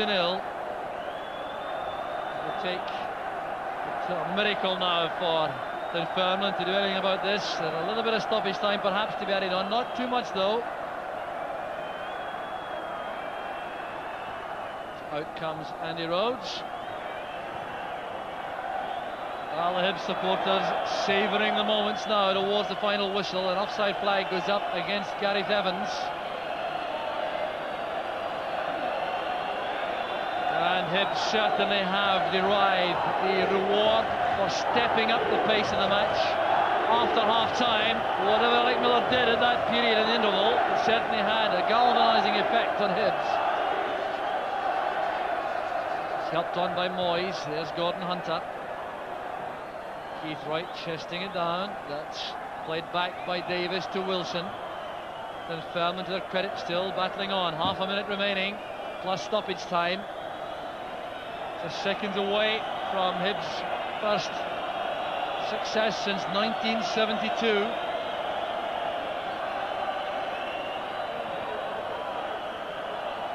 Back with Billy Davis. Over on the far side's McWilliams. Playing in a fine cross, and that was only inches away from Scott Leach and from Craig Robertson. And that just about sums up Dunfermline's day. No luck at all there in front of goal. Craig Robertson trying very hard to score one of those goals for which he's been so renowned from midfield. The build-up of noise and Hibs supporters waiting for Brian McGinley, the referee, to blow the final whistle.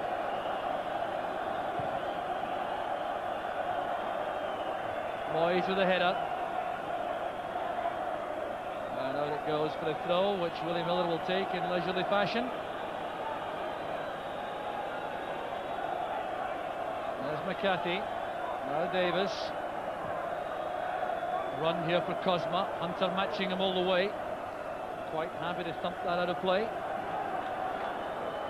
Dunfermline sending players forward. Davy Moyes has run forward from his defensive position to become involved in this attacking move. It's a consolation only, which Dunfermline can be looking for now. The ball was out for a corner. Mickey Weir couldn't keep it in. We're past the 90-minute mark. It's injury time now, which gives Dunfermline this chance from the corner kick to earn some consolation. Helped on there by Burridge. There's McWilliams. Played high in the air by Hunter. And referee Brian McGinley ends the match. Jubilation there on the Hibs bench. The manager Alec Miller turns calmly away to shake the hand of Jockey Scott. But it's a triumph for the Hibs manager. There's no question about that.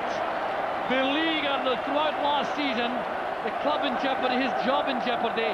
And he's back now to take the acclaim of those Hibs supporters for a marvellous second half performance in particular. Neil Orr goes on to shake hands with opponents and teammates alike. It was an outstanding second half performance from Hibernian, inspired by little Mickey Weir, who won the Man of the Match award. But these Hibs fans, Hibs players rather, showing total delight as they congratulate each other, and Alec Miller is now with Rob McLean. Alec, how was it for you? Oh, murder. I felt the first half none of the two teams could settle, and that's what we spoke about at half-time. We spoke about getting a wee bit more width in the game, because we never get that in the first half, and just go and do your best, because I felt up to that point we were letting ourselves down. It's a fantastic story though, isn't it? The Hibs comeback culminating in this cup win. It is, and hopefully that from now on we can speak about football. To each and every one of the players, even the lads in the stand, I'm delighted for them, because they've become winners of the day, and that's what it's all about. What sort of emotions are running through you at this minute? I'm a winner. I've won as a manager and I've won as a player, and I'm absolutely delighted for my family and the people that stood by me when I was getting a rough time. I'm delighted for them. And those fantastic supporters as well. Aye, what a turnout for the Hibernian supporters today. And it shows that if we do get it right, then hopefully we can go from here. I think the teetotal regime might be broken tonight, might it? Well, I'll have a drink out of the cup. I've always had a wee sip out of the cup, but that'll be me. Well done, Alec. Thanks very much. Thank you. So a delighted Alec Miller, and thoroughly he deserves this moment of sheer triumph. He's been a crucial influence on the Hibs resurgence. Mickey Weir has been given the Man of the Match award by Skoll, the sponsors. These Hibs fans will take some time to depart. They want to see these trophies presented now, the Skull Cup and the League Cup, but it will be Dunfermline who go forward first to accept their runners-up medals, and they will leave the stage first. They'll leave everything to Hibs at the end. The Dunfermline supporters certainly giving plenty of backing to their players who've done so well to reach this stage in the midst of such a traumatic league season. So the Dunfermline players have gone up, led here by Norrie McCarthy. The expression in his face tells the whole story. The cup has to be left behind there, decked in green and white ribbons. There's Billy Davis, who's been through this before, playing for Rangers against Aberdeen. Tom Wilson knows victory as well now as defeat. So the Dunfermline players go through, but they scored the second goal. Keith Wright is talking to Hazlitt Irvine. Keith, it was your ambition to win a major final. Your goal put the result beyond doubt. Congratulations. Thanks very much, Hazel. All credit to Dunfermline. I mean, it was battle all the way. It wasn't a very good game for the fans, but just the right result for us. The lads battled all the way and we got the right result. Magnificent support from the Hibs fans. Tremendous. We couldn't believe when we come out to see all the green and white scarves. Tremendous support. We'll be celebrating tonight. And there's also a little shared bonus of £1,000 with Morris Johnson. That's 5 goals in the tournament. That's very nice. I wasn't really thinking about that before the game. Just concentrating on winning the game, but that's a nice wee bonus. Certainly is. Congratulations, Thanks Keith. very much. So the celebrations beginning on the terraces now as the Hibs players make their way up the Hampden steps to collect the trophies. Mickey Weir's already had to hand one over to Martin Ferguson, the Hibs coach, the Man of the Match award, because he's going to have his hands full going up now to collect his winner's medal. So Alec Miller there shaking hands with Davy Moyes, still taking things calmly and with true dignity as Martin McLeod holds aloft the Skull Cup. Well, a moment which he hoped he would be able to enjoy in his return from Germany, and taking congratulations from all those around him. Mrs. Patricia Craig, the wife of the league president Yul Craig, and John McKenzie from Skoll providing the trophies there. Martin McLeod going through there. There's Willie Miller, his first taste of this moment. Brian Hamilton's had a Scottish Cup winners' medal for St Mirren. Tommy McIntyre played 19 times only for Aberdeen before coming here to Hibs. Keith Wright, a Hibs supporter and now a Hibs winner. John Burridge, who won a League Cup medal for Aston Villa in England. Pat McGinley, who played so well. So did Graham Mitchell. Gordon Hunter, a hero in defence. He was a loser here for Hibs against Aberdeen in '85. Mickey Weir is the man of the match. There's Neil Orr, who's been such an important figure for Hibs. And Dave Beaumont, who's yet to play for Hibs following his transfer from Luton Town. Now we'll see the reaction of these Hibs supporters when their favourites arrive out on the pitch again. There's Brian